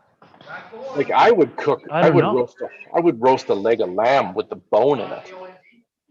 Oh yeah, or the big turkey drumsticks at the medieval Renaissance. Or maybe I'd braise. Maybe I would do that. What's that? Milfoy, where you put the big chunk of bacon and a chicken and a tongue into the pot.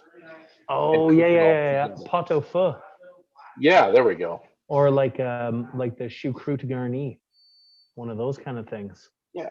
Okay, I like the choucroute garni when it's with pork, but Hmm. there's a place in town that does it with seafood. And sauerkraut and seafood doesn't work for me. Yeah, I've never had my it. Maybe I brain. should one day, but it just doesn't make any sense to me. Yeah, I'd have to try it because my brain tells me it doesn't make sense. No, no, like prawns and chunks of salmon and stuff with Yeah. sauerkraut. No, I don't understand it. But there is a Dr. G. I saw it because I ended up with all these gift cards for the bookstore because I ended up my daughter is trying to buy something online and we screwed Which up, forgot bookstore? to use the gift cards. Chapters? Chapters, Yeah. the bookstore? Chris, you don't go to Yeah, the one I Chapters don't go anymore. to. I don't You I don't go to don't. So I don't Chris. know what to You're do. on strike with Chapters. I am. I am. Chris and I have a very short temper for shitty shopping experiences, and we Yeah. you don't go to Chapters. So what are you going to do with these? I know. I don't know. I don't know. Try to sell them, I guess. I don't know. But anyways, I was looking through to see if I was missing any Dungeons and Dragons manuals. And it turns out I'm missing 3 of them, of the newest ones. But they're not like 2 of them are like Magic the Gathering. They're tied in. Like they're kind of 3 things that I don't really understand what they're referencing. How So many I'm not Tasha's Cauldrons do you have? I got the one. I thought maybe you'd have 2. I expected you to have 2 by now. Yeah. Yeah. Um that's a good one though. That's the new one. That's the new one. That's a good one. Well, I hope it is. Oh, Anthony has a good point to our sauerkraut. Sauerkraut is basically German kimchi, and you would put kimchi with seafood. True, but they're pretty shit. I never want to say Anthony's right because he just angers me too much. Yeah, He it's really worth kicks my trying. bum a lot, Anthony. You know why? But Yeah, it makes sense. Shit. yeah, it does. Hate when he makes sense. But what I was gonna say, Dr. G, is that there is a Dungeons and Dragons cookbook. I found it online the other day. We should write Don't one. know that I'm gonna. I should just write. We should write a good one. I got all kinds of time these days. I should just put my time to good use and write it down or something. D Hop is saying, "Hey, speaking of handles, I'm getting a custom Star Wars inspired handle made for my Manaka Hamono Petty. It's From where? inspired by the dark From side of where? the Force." From where? That sounds cool. You need to tell us more From about where? that and We need to supply us know. with pictures. We need to And then- see that. And then tell me if it's from Hakata. If it's from Hakata Handleworks, I'm going to go see them next time I'm down there. Because I just think they make some cool stuff. So I need to know. You've got homework, D Hop. Yeah. If you don't tell us, we're going to have to find you and we're going to come to your front door and stand at social distance away from you and shout at you. And politely ask if we can see your knife. Yeah. How can I send pics, he said?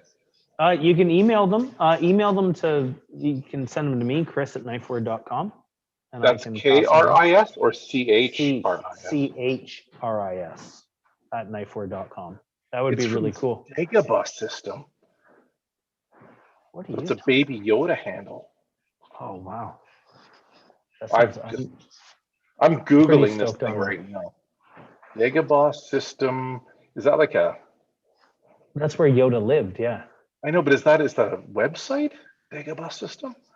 I think he's just saying that's where the knife looks like it's from. I don't know.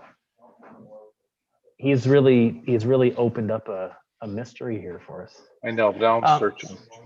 Damon is asking, have either of you tried the Takeda sharpening method with the hand stone? I tried it once because, so we used to do and we'll get back to it one day, but we would do sharpening classes in the store.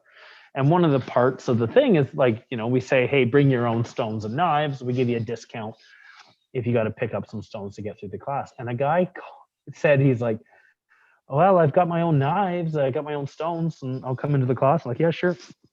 And he showed up with the Takeda hand stone. And he's like, yeah, can you show me how to use this? And I was like, I've never used that before. We could try to figure it out together, but maybe I could just show you how to sharpen the way I know how. Like you think he might have mentioned that he's Yeah, got like like the an normal obscure, way. yeah, he's got like an obscure, uh, this. But it looked like, but what Kevin was saying about like you get to look at the edge and whatnot. It makes a lot of sense, but it's just not what I'm used to, And Kevin said he's done it a few times. Oh, he said he was joking about his Dagobah system. I've been searching on the internet for this. Oh, what a jerk, D-Hop 310. If I find out where you live, I'm coming to your driveway to shout at you. To Oh, politely yell at you from the end of the driveway. how do you like that, Chris, for customer service? Yeah, Threatening I'll to come find to out where people. you live and I'll shout at you. Well, I'm channeling my inner uh, Alberta government. What is he? He's the Minister of Health, and he didn't like that somebody said something mean about him on Facebook, so he went to their house and shouted at them from the Well, that's driveway. what you do. That's It's what you not do. what you do. It's not You got what to you stick do. up for Chris, yourself. it's No. not what you do. No, that's not Oh, what you do. I Not think what you I've been do. doing it wrong then. Chris, you've never done that. No, I haven't. I don't yell at people from the driveway much. Not from the driveway. No. I don't think I've ever heard you shout. I think I've heard you flex your one too many tattoos and look scary.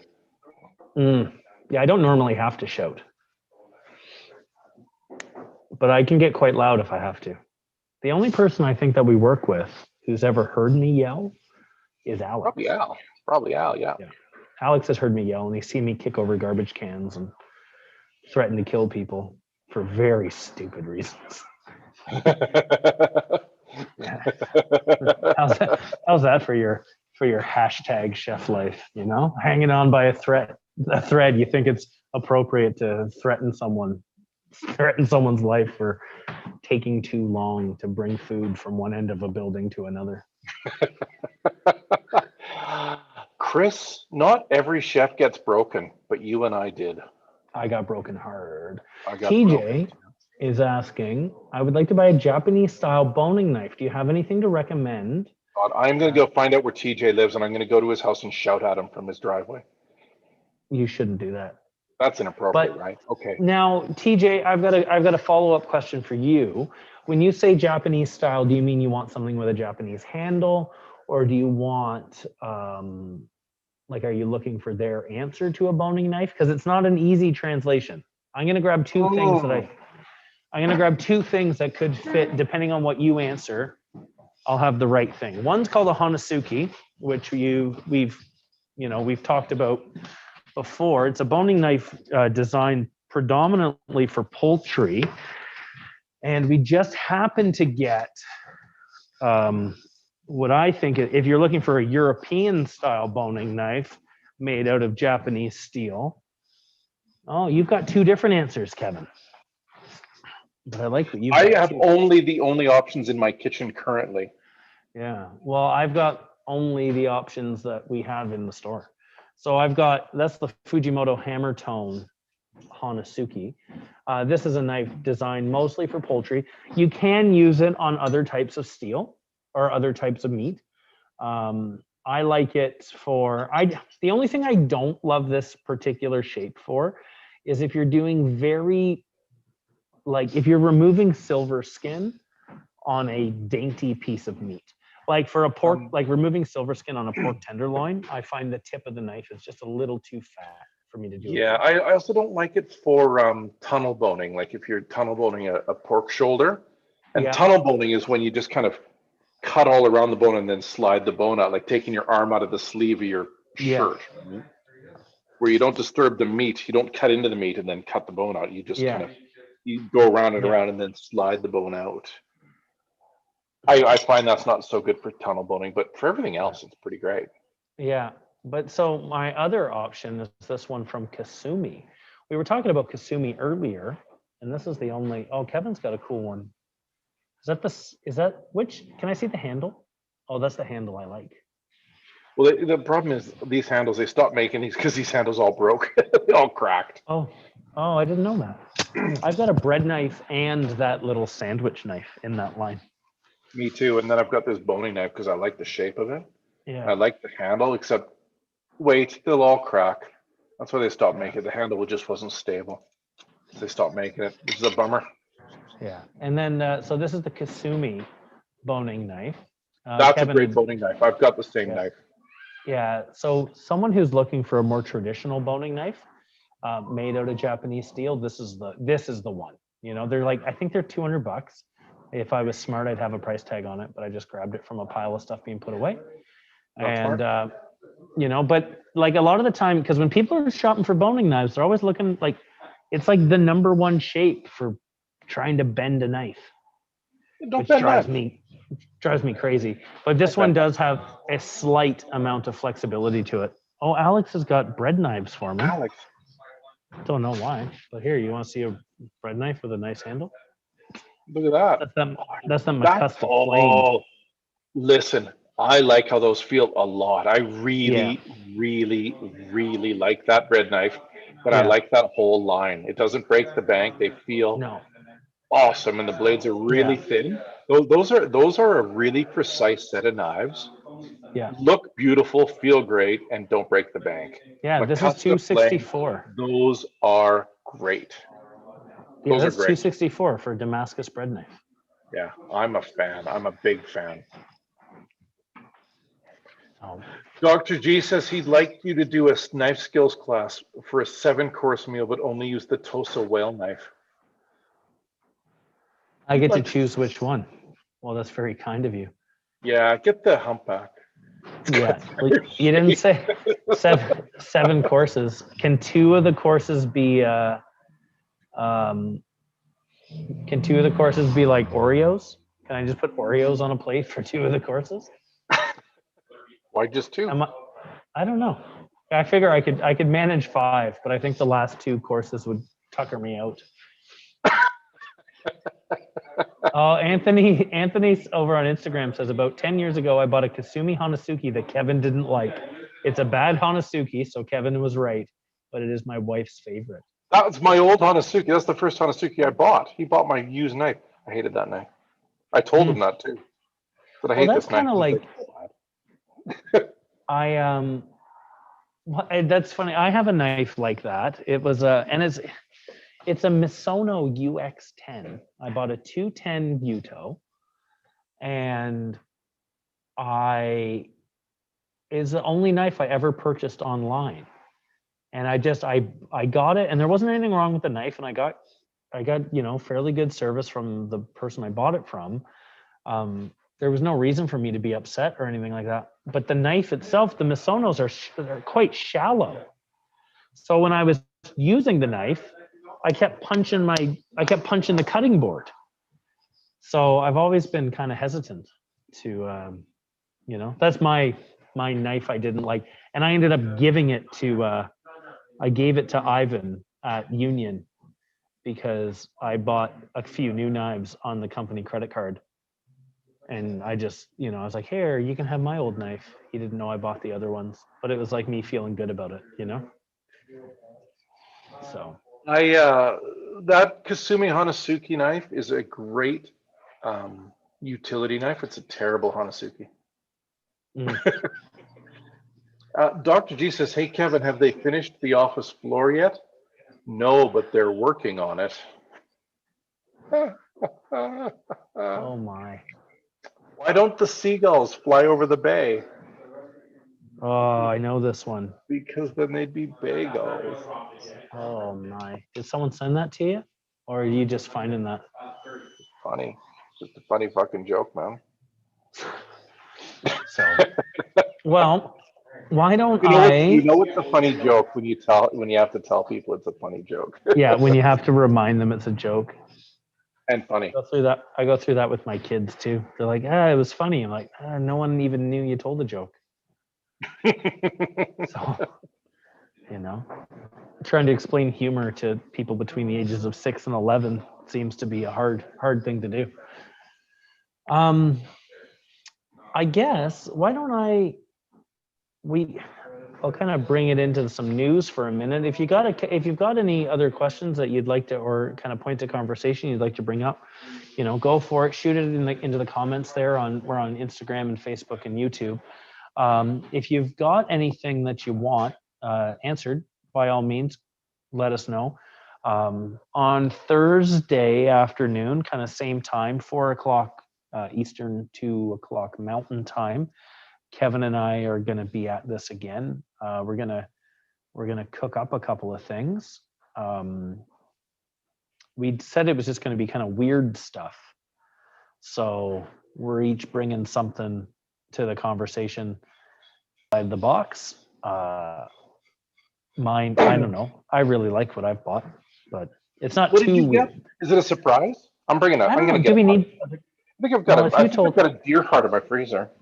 well, my plan. If you're going to tell what you've got, I'll tell what I have.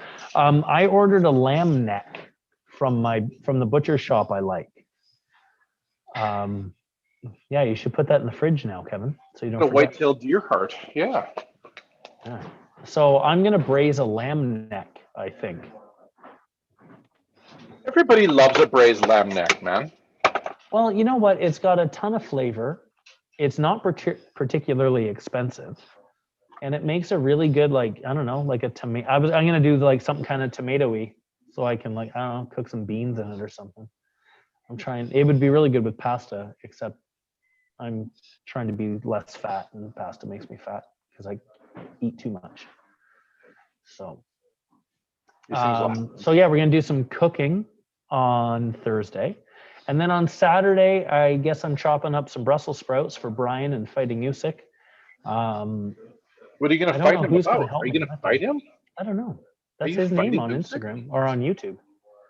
You're I don't fighting know. him? I don't know what a fighting Usyk is, or if it, like, I don't know first thing about him. Oh, I thought you said you were But he fighting comes with Usyk. good. He's got good questions. I know that much. So, so I'm gonna do that. I don't know if anyone's gonna be hanging out with me. I don't know if we got anyone on the dock. What are you doing on Saturday? You gonna hang out with me, or you got stuff to do? You talking to me or talking to Usyk? Yeah. I'm talking to you, Kevin Kent.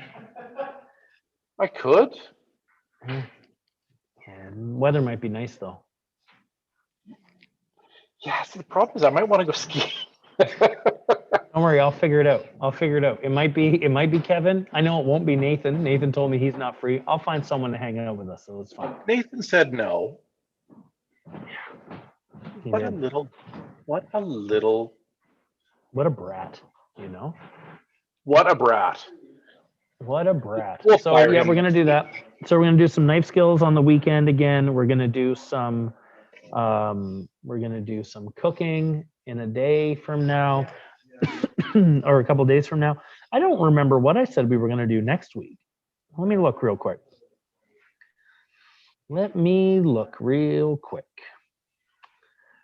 Oh, just got an ad. There's a new D&D manual coming out. That's fun. Knifewear. Looking at the schedule. Okay, next week we're going to do testing sharpness and myths. That'll be fun. That'll be some good conversation. Show and tell. What's your number one knife? And then, on the Saturday, I'm going to do fried chicken in the store. So I think that'll be more of a karage kind of thing. So I'm not standing over a pot for, 25 minutes looking at one piece of chicken floating around in there. So, but that'll be fun. Well, I just Googled Usyk. Yeah. Which I, of course, just looked at. I was like, Usyk. That sounds like a Turkish name, maybe. No, it's not. It's not a name. There you go. An Usyk, my friend, is a. Did you Google it? I found it. Yeah, that's pretty good. Yeah, it's a term used in native Alaska cultures to describe the bacula of walruses. Walruses, seals, sea lions, and polar bears. There you go. It's another name for bacula. And what does baculum mean?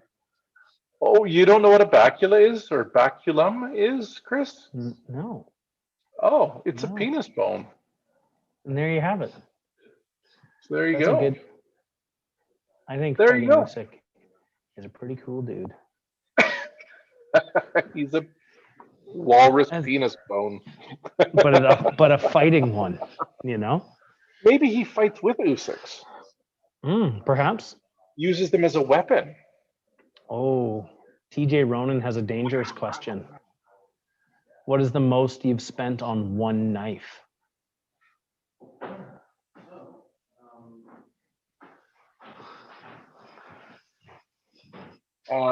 My answer isn't as impressive, I'm sure.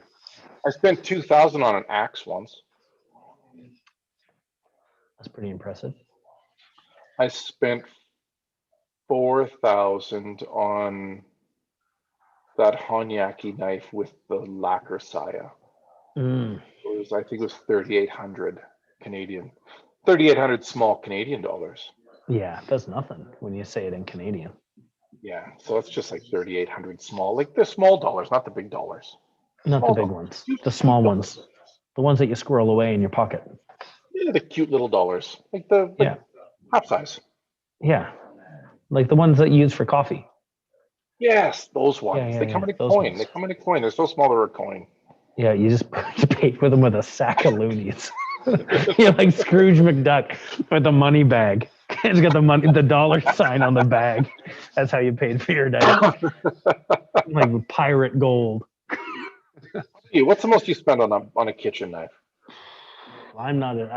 It's not. I would say the most I've spent was probably on that Denka with the wah handle I have, which was like about. Well, I that's guess a 800. retail. That's a retail $820 knife. Yeah, that's as crazy as I've gotten. And that Masashi that I have is close. It isn't far behind it. That's about 740, I guess, 745 for that guy. It's a lot of money for a knife, isn't it? It is, yeah. Now that I had that Kagura Santoku, that should have cost a lot more than it did. I don't know why Kagura-san he must have just thought I was slow or something, thought I needed pity. Because it should have cost a lot more. You got a huge deal because I bought a ton of knives there. Yeah. I don't. Well, because I had picked that one out before. I was a bit cheeky because you told me to go garage sale shopping, and I found that one. I was like, I want that one. You need to hide that one. I don't want Kevin to find that one. So, listen, Mr. Usyk. Oh, sorry, I didn't know there was more to that. Go on. I was going to say, but then I ended up I traded it for with a friend for a Kagura axe, a Damascus axe. So yeah, so I've got the little hatchet with the hammer on the back. It's such a good one, man. I've got that too. Yeah, that is a great. Yeah. Possibly the best hatchet ever made by a human. Yeah, I didn't use it for a very long time. I was afraid that because it was so sharp, and I'm not as comfortable sharpening as an axe as I am a kitchen knife. Right. So I had it in my head that if I ever use this axe, I will never get it as sharp as it currently is. I figured out how to do it since, but that was a fear of mine. But apparently it just took like half a bottle of bourbon to get over the fear. And then that's when I decided was an appropriate time to start using the $700 axe I had in my garage. Good thinking. I make most of my best decisions that way. Yeah, I know. I've seen you drinking. You've been part of them. You know? There's this. I don't know. You know what we should do once? Maybe we should talk about our failed TV show attempt. I was just thinking about that. we should probably just have one of these so we can talk about our failed TV show attempt. Yeah, that'd be fun. Someone will steal our idea. Oh, fine. Then I get to watch it. That'd be all right. Yeah. But Kevin has a great picture of me in some like Kyoto Airbnb where I've stuck Post-it notes all over the wall of the living room. With string attaching them. Yeah, essentially. Yeah, I've got all these notes all over this apartment, drunk as a skunk, just trying to make sense. And that was And that was at 10 in the morning or 8 in the morning. yeah, the jet lag got me pretty good that time. Well, we had And I decided thought we needed to drink a liter of bourbon that night. the night we got there. Yeah, Yeah. because a liter is a two That's a person good metric person number. size. 2-person size. But we didn't finish it. But what woke Kevin up in the morning was me getting the cork out of the squeaky bottle. Because we didn't kill the. I think We didn't kill it. I think we only had 900 mils. Yeah. But then I tried to finish it in the morning before I went for my walk. Usyk has said, "What's the most you spent on a knife that you ended up not liking or maybe damaged?" My first 210, and I say first, Chris, I've got 3 Fujiwara Denka 210s for a lot of different reasons. I've got a problem. Well, different My handles. first, yeah, they're all different handles. My first one, when I brought it, I'd never spent that much money on a knife for myself. When I brought it home, and there was like, dinner was already made. Like I didn't have to do anything, but I had a brand new knife. So I grabbed a radish and I made probably 9,000 slices of the radish. And then I went to just run it under some water real quick, and I hit the tap with the tip of my knife and broke the tip off immediately. $800 knife, broke the tip off like as soon as I walked in the door. And I kept it with a broken tip for about a year just to remind me that I'm stupid. I kept it like a trophy to remind me that I'm not smart.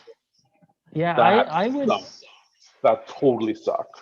Yeah, I chipped my Denka the first couple times I used it too, because I was slicing green onions on a cutting. It was actually, so I used to work at a restaurant in Ottawa called the Wellington Gastropub. I was the sous chef there for quite a while. And when I came to work here at Knifewear, I used to occasionally go and I would still help out. And it was this one day, like, so I'm really good friends with the guy who's the chef there, and you know, he could call me now and ask for help, and I'd probably go help him and not ask for a penny just because I care about the guy. And he had asked if I would come in and he's like, we just need someone to just assist with lunch service. Like, you just got to call a few tickets, do a little bit of dessert prep, nothing crazy. I was like, yeah, sure, I'll go help.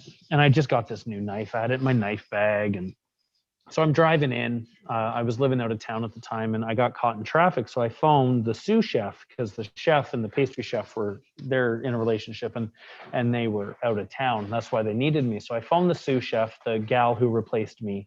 And I said, hey, look, Amanda, I'm going to be like 15 minutes late. I'm stuck in traffic, but don't worry, I'm on my way. I'll be there. I'll stay late if you need me. And she's like, oh, it's a good thing you called, because the lunch cook's not coming in today. You think you could do it? Now, working the lunch line by yourself is very different than coming in and calling a few chits and helping out.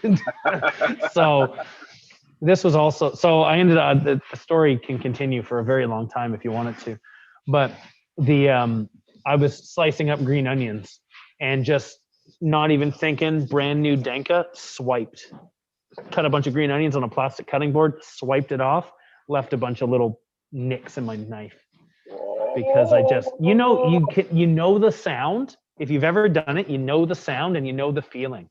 It's like this it's like this very quiet, like ding ding ding ding ding, of just leaving little tiny pieces of knife in the cutting board.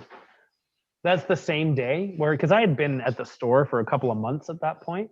That was the same day, like I hadn't worked out all of the leftover chef anger. And none of the serving staff knew who I was, but I worked at this restaurant for years. So I started like, I would call pickup, and then no one would come fast enough. And then I'd say, fuck it, I'll run it myself. And then I was out there like I didn't even work at this restaurant, bringing food out to the tables and giving the servers like the death stare. I think I even told one of them, I was like, I expect to be tipped out for this, just so you know. And then I was running the food, and the only person there who knew who I was that day, aside from the kitchen staff, was the front of house manager, this guy named Jamal.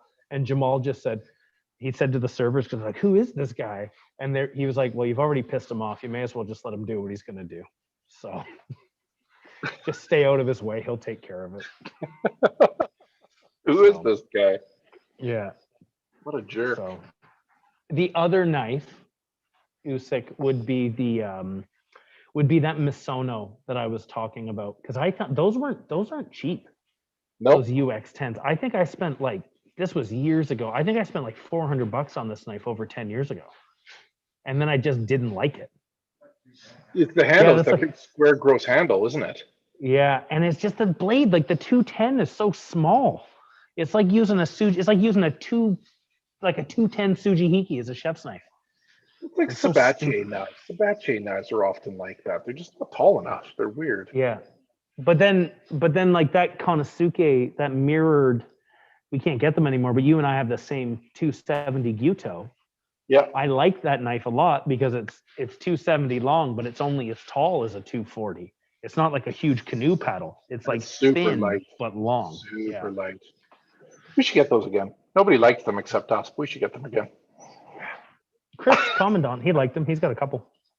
He was on here earlier, Mohawk Chef. So yeah, he's got a couple. He's got a Nikiri and a Sujihiki, I think. So all right.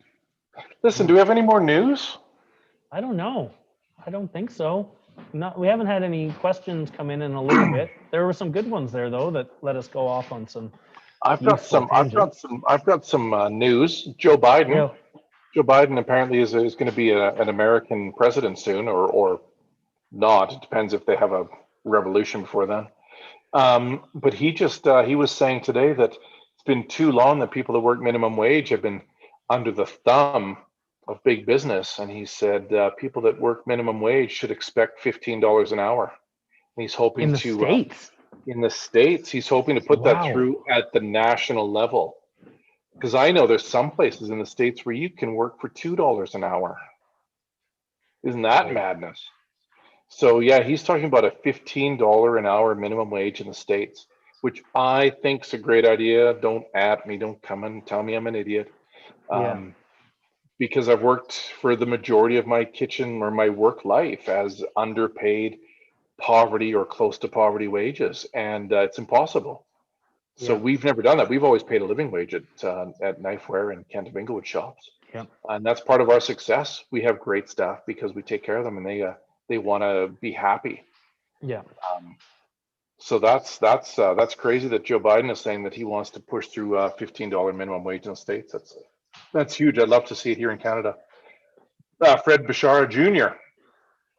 says, "Stay away from state capitals." Yeah. Oh my God! Minimum wage in Pennsylvania says is $7 an hour. Could you imagine? Every business is going to lose their bananas. Yeah. They're going to say, we're going to go out of business. It's not true. You're not going to go out of business. You're going to have a really strong business because you're going to have an engaged workforce. You're going to have low turnover, and people are going to have enough money that they'll actually have a happy life and not mind coming to work. Yeah. Well, just to kind of throw it out there, of the management team at Knifewear in Kent of Inglewood, I'm one of the newer ones.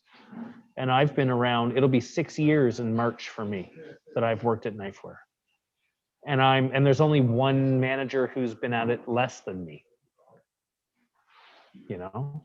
That's well, I guess Owen worked at Knifewear for quite a while. I think Owen and I were hired around the same time, but I've been at this job for longer. So we have a ton of people who stick around. Yeah. And the restaurant I was describing before, the gastropub, they always took care of everyone, and they're still going strong. So yeah, it matters. Like how can you run a business if you're condemning your staff to poverty? Like, what kind of business is that, right? People that work full time shouldn't have to work 2 jobs. People that work full time should be able to afford to live, right? It's not a thing. Anthony in Lethbridge says, I bought a knife with no belly and wasn't a fan in YYC. So I guess that's the Calgary shop was nice enough to grind a belly in it for me. So we reshaped his knife a little bit because he got a knife he didn't really like the shape of. Great service as always. Do not start me on minimum wage, Anthony. Do not push my buttons. He thinks the market should decide minimum wage. Mm, I think the government should, because I think workers need to be protected. So there you go. there we go. Fundamental difference in beliefs. Well, Sultan on YouTube is loving their Tosa Bunka. Those are cool. I like those Oh knives yeah, quite a bit. and a stupid good price for a handmade knife. Yeah. Yeah. And then Robin Sharkey finally has the joy of owning Tsukasa Hinora's work. Any update on if you guys will be getting anything from Hinora Hamono? Well, we always do, especially as we get close to garage sale in May. Well, So especially as we get as many as we get, right? yeah.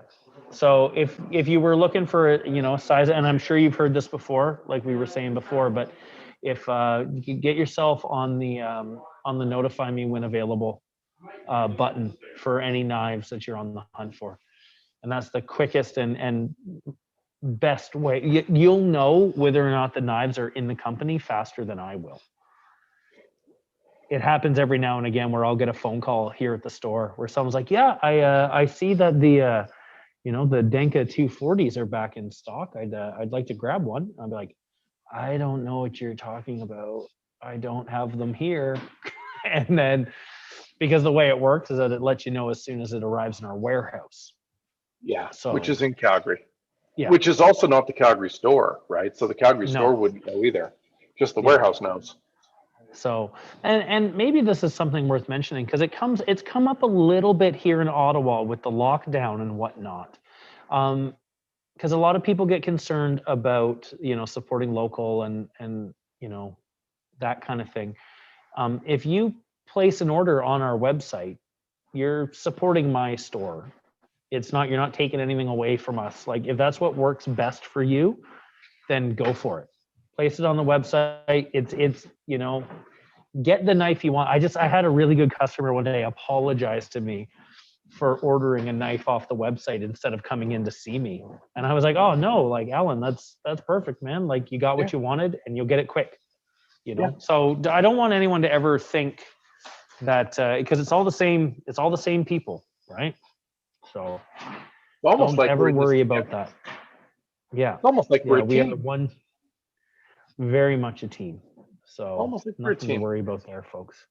Fred, who's warned us to stay away from state capitals this week, which sounds like great advice. It sounds, I don't know, man. The news coming out of the States looks a bit weird right now. Anyway, Hmm. Fred says, I don't use my Takamura R2 special edition enough. I may have to use it. I may have to use that to make my chicken tortilla soup. It's so sharp.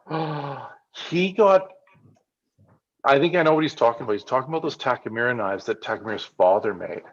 Yeah. So we can see the pictures in our book. Yeah, I have a book here. I'll find it just so everyone knows what we're talking about. Takamura's father won an award from the Emperor last year. Last year, 3 years ago? God, it's all blurred A couple together of years now. ago now, yeah. But he won an award for the for basically changing kitchen knives in Japan, because up until about the 80s, Japanese knives were all carbon steel, so they could rust, right? And everybody thought stainless steel was terrible and cheap. There he is, right there. That's him, yeah. He won a very big deal award for changing kitchen knives, because he started making knives from stainless steel from Takafu Yeah. Specialty Steels, who started making really high-end, high-tech stainless steels like R2, for example. So they started making knives in R2, and he was one of the early adopters because he used it. He's like, Yeah. okay, it stays sharp and it sharpens like carbon steel, but it doesn't rust, so it's not a pain in the butt. Yeah. So that's the special edition knives right there that Fred's talking about, and he has one of those. And so Takamura Senior made 100 knives to celebrate that, and we were able to buy 50 of them because we've been dealing with Mr. Takamura for a long time, and he offered them to us. Yeah. So Fred's got one of those. I didn't get one. Yeah. There Yeah. was I too would have much liked I demand. would have liked one of those. I would have loved one of those. Yeah. But yeah, the old guy came out of retirement and hammered 100 knives just for that event, just Yeah. to commemorate the honor that he got. It was And the yeah, Fred, Medal of use Honor. that knife, man. Use that knife, buddy. That's such a good Yeah. knife. And really, he hasn't hammered knives in years. So you got something really special there. Yeah. Yeah. It's It was like a razor. Yeah, I'll bet it is. It was the Medal of Honor he was given, so it was the highest award that the emperor could give. And did he not, Kevin? He passed away earlier this year? Did he not?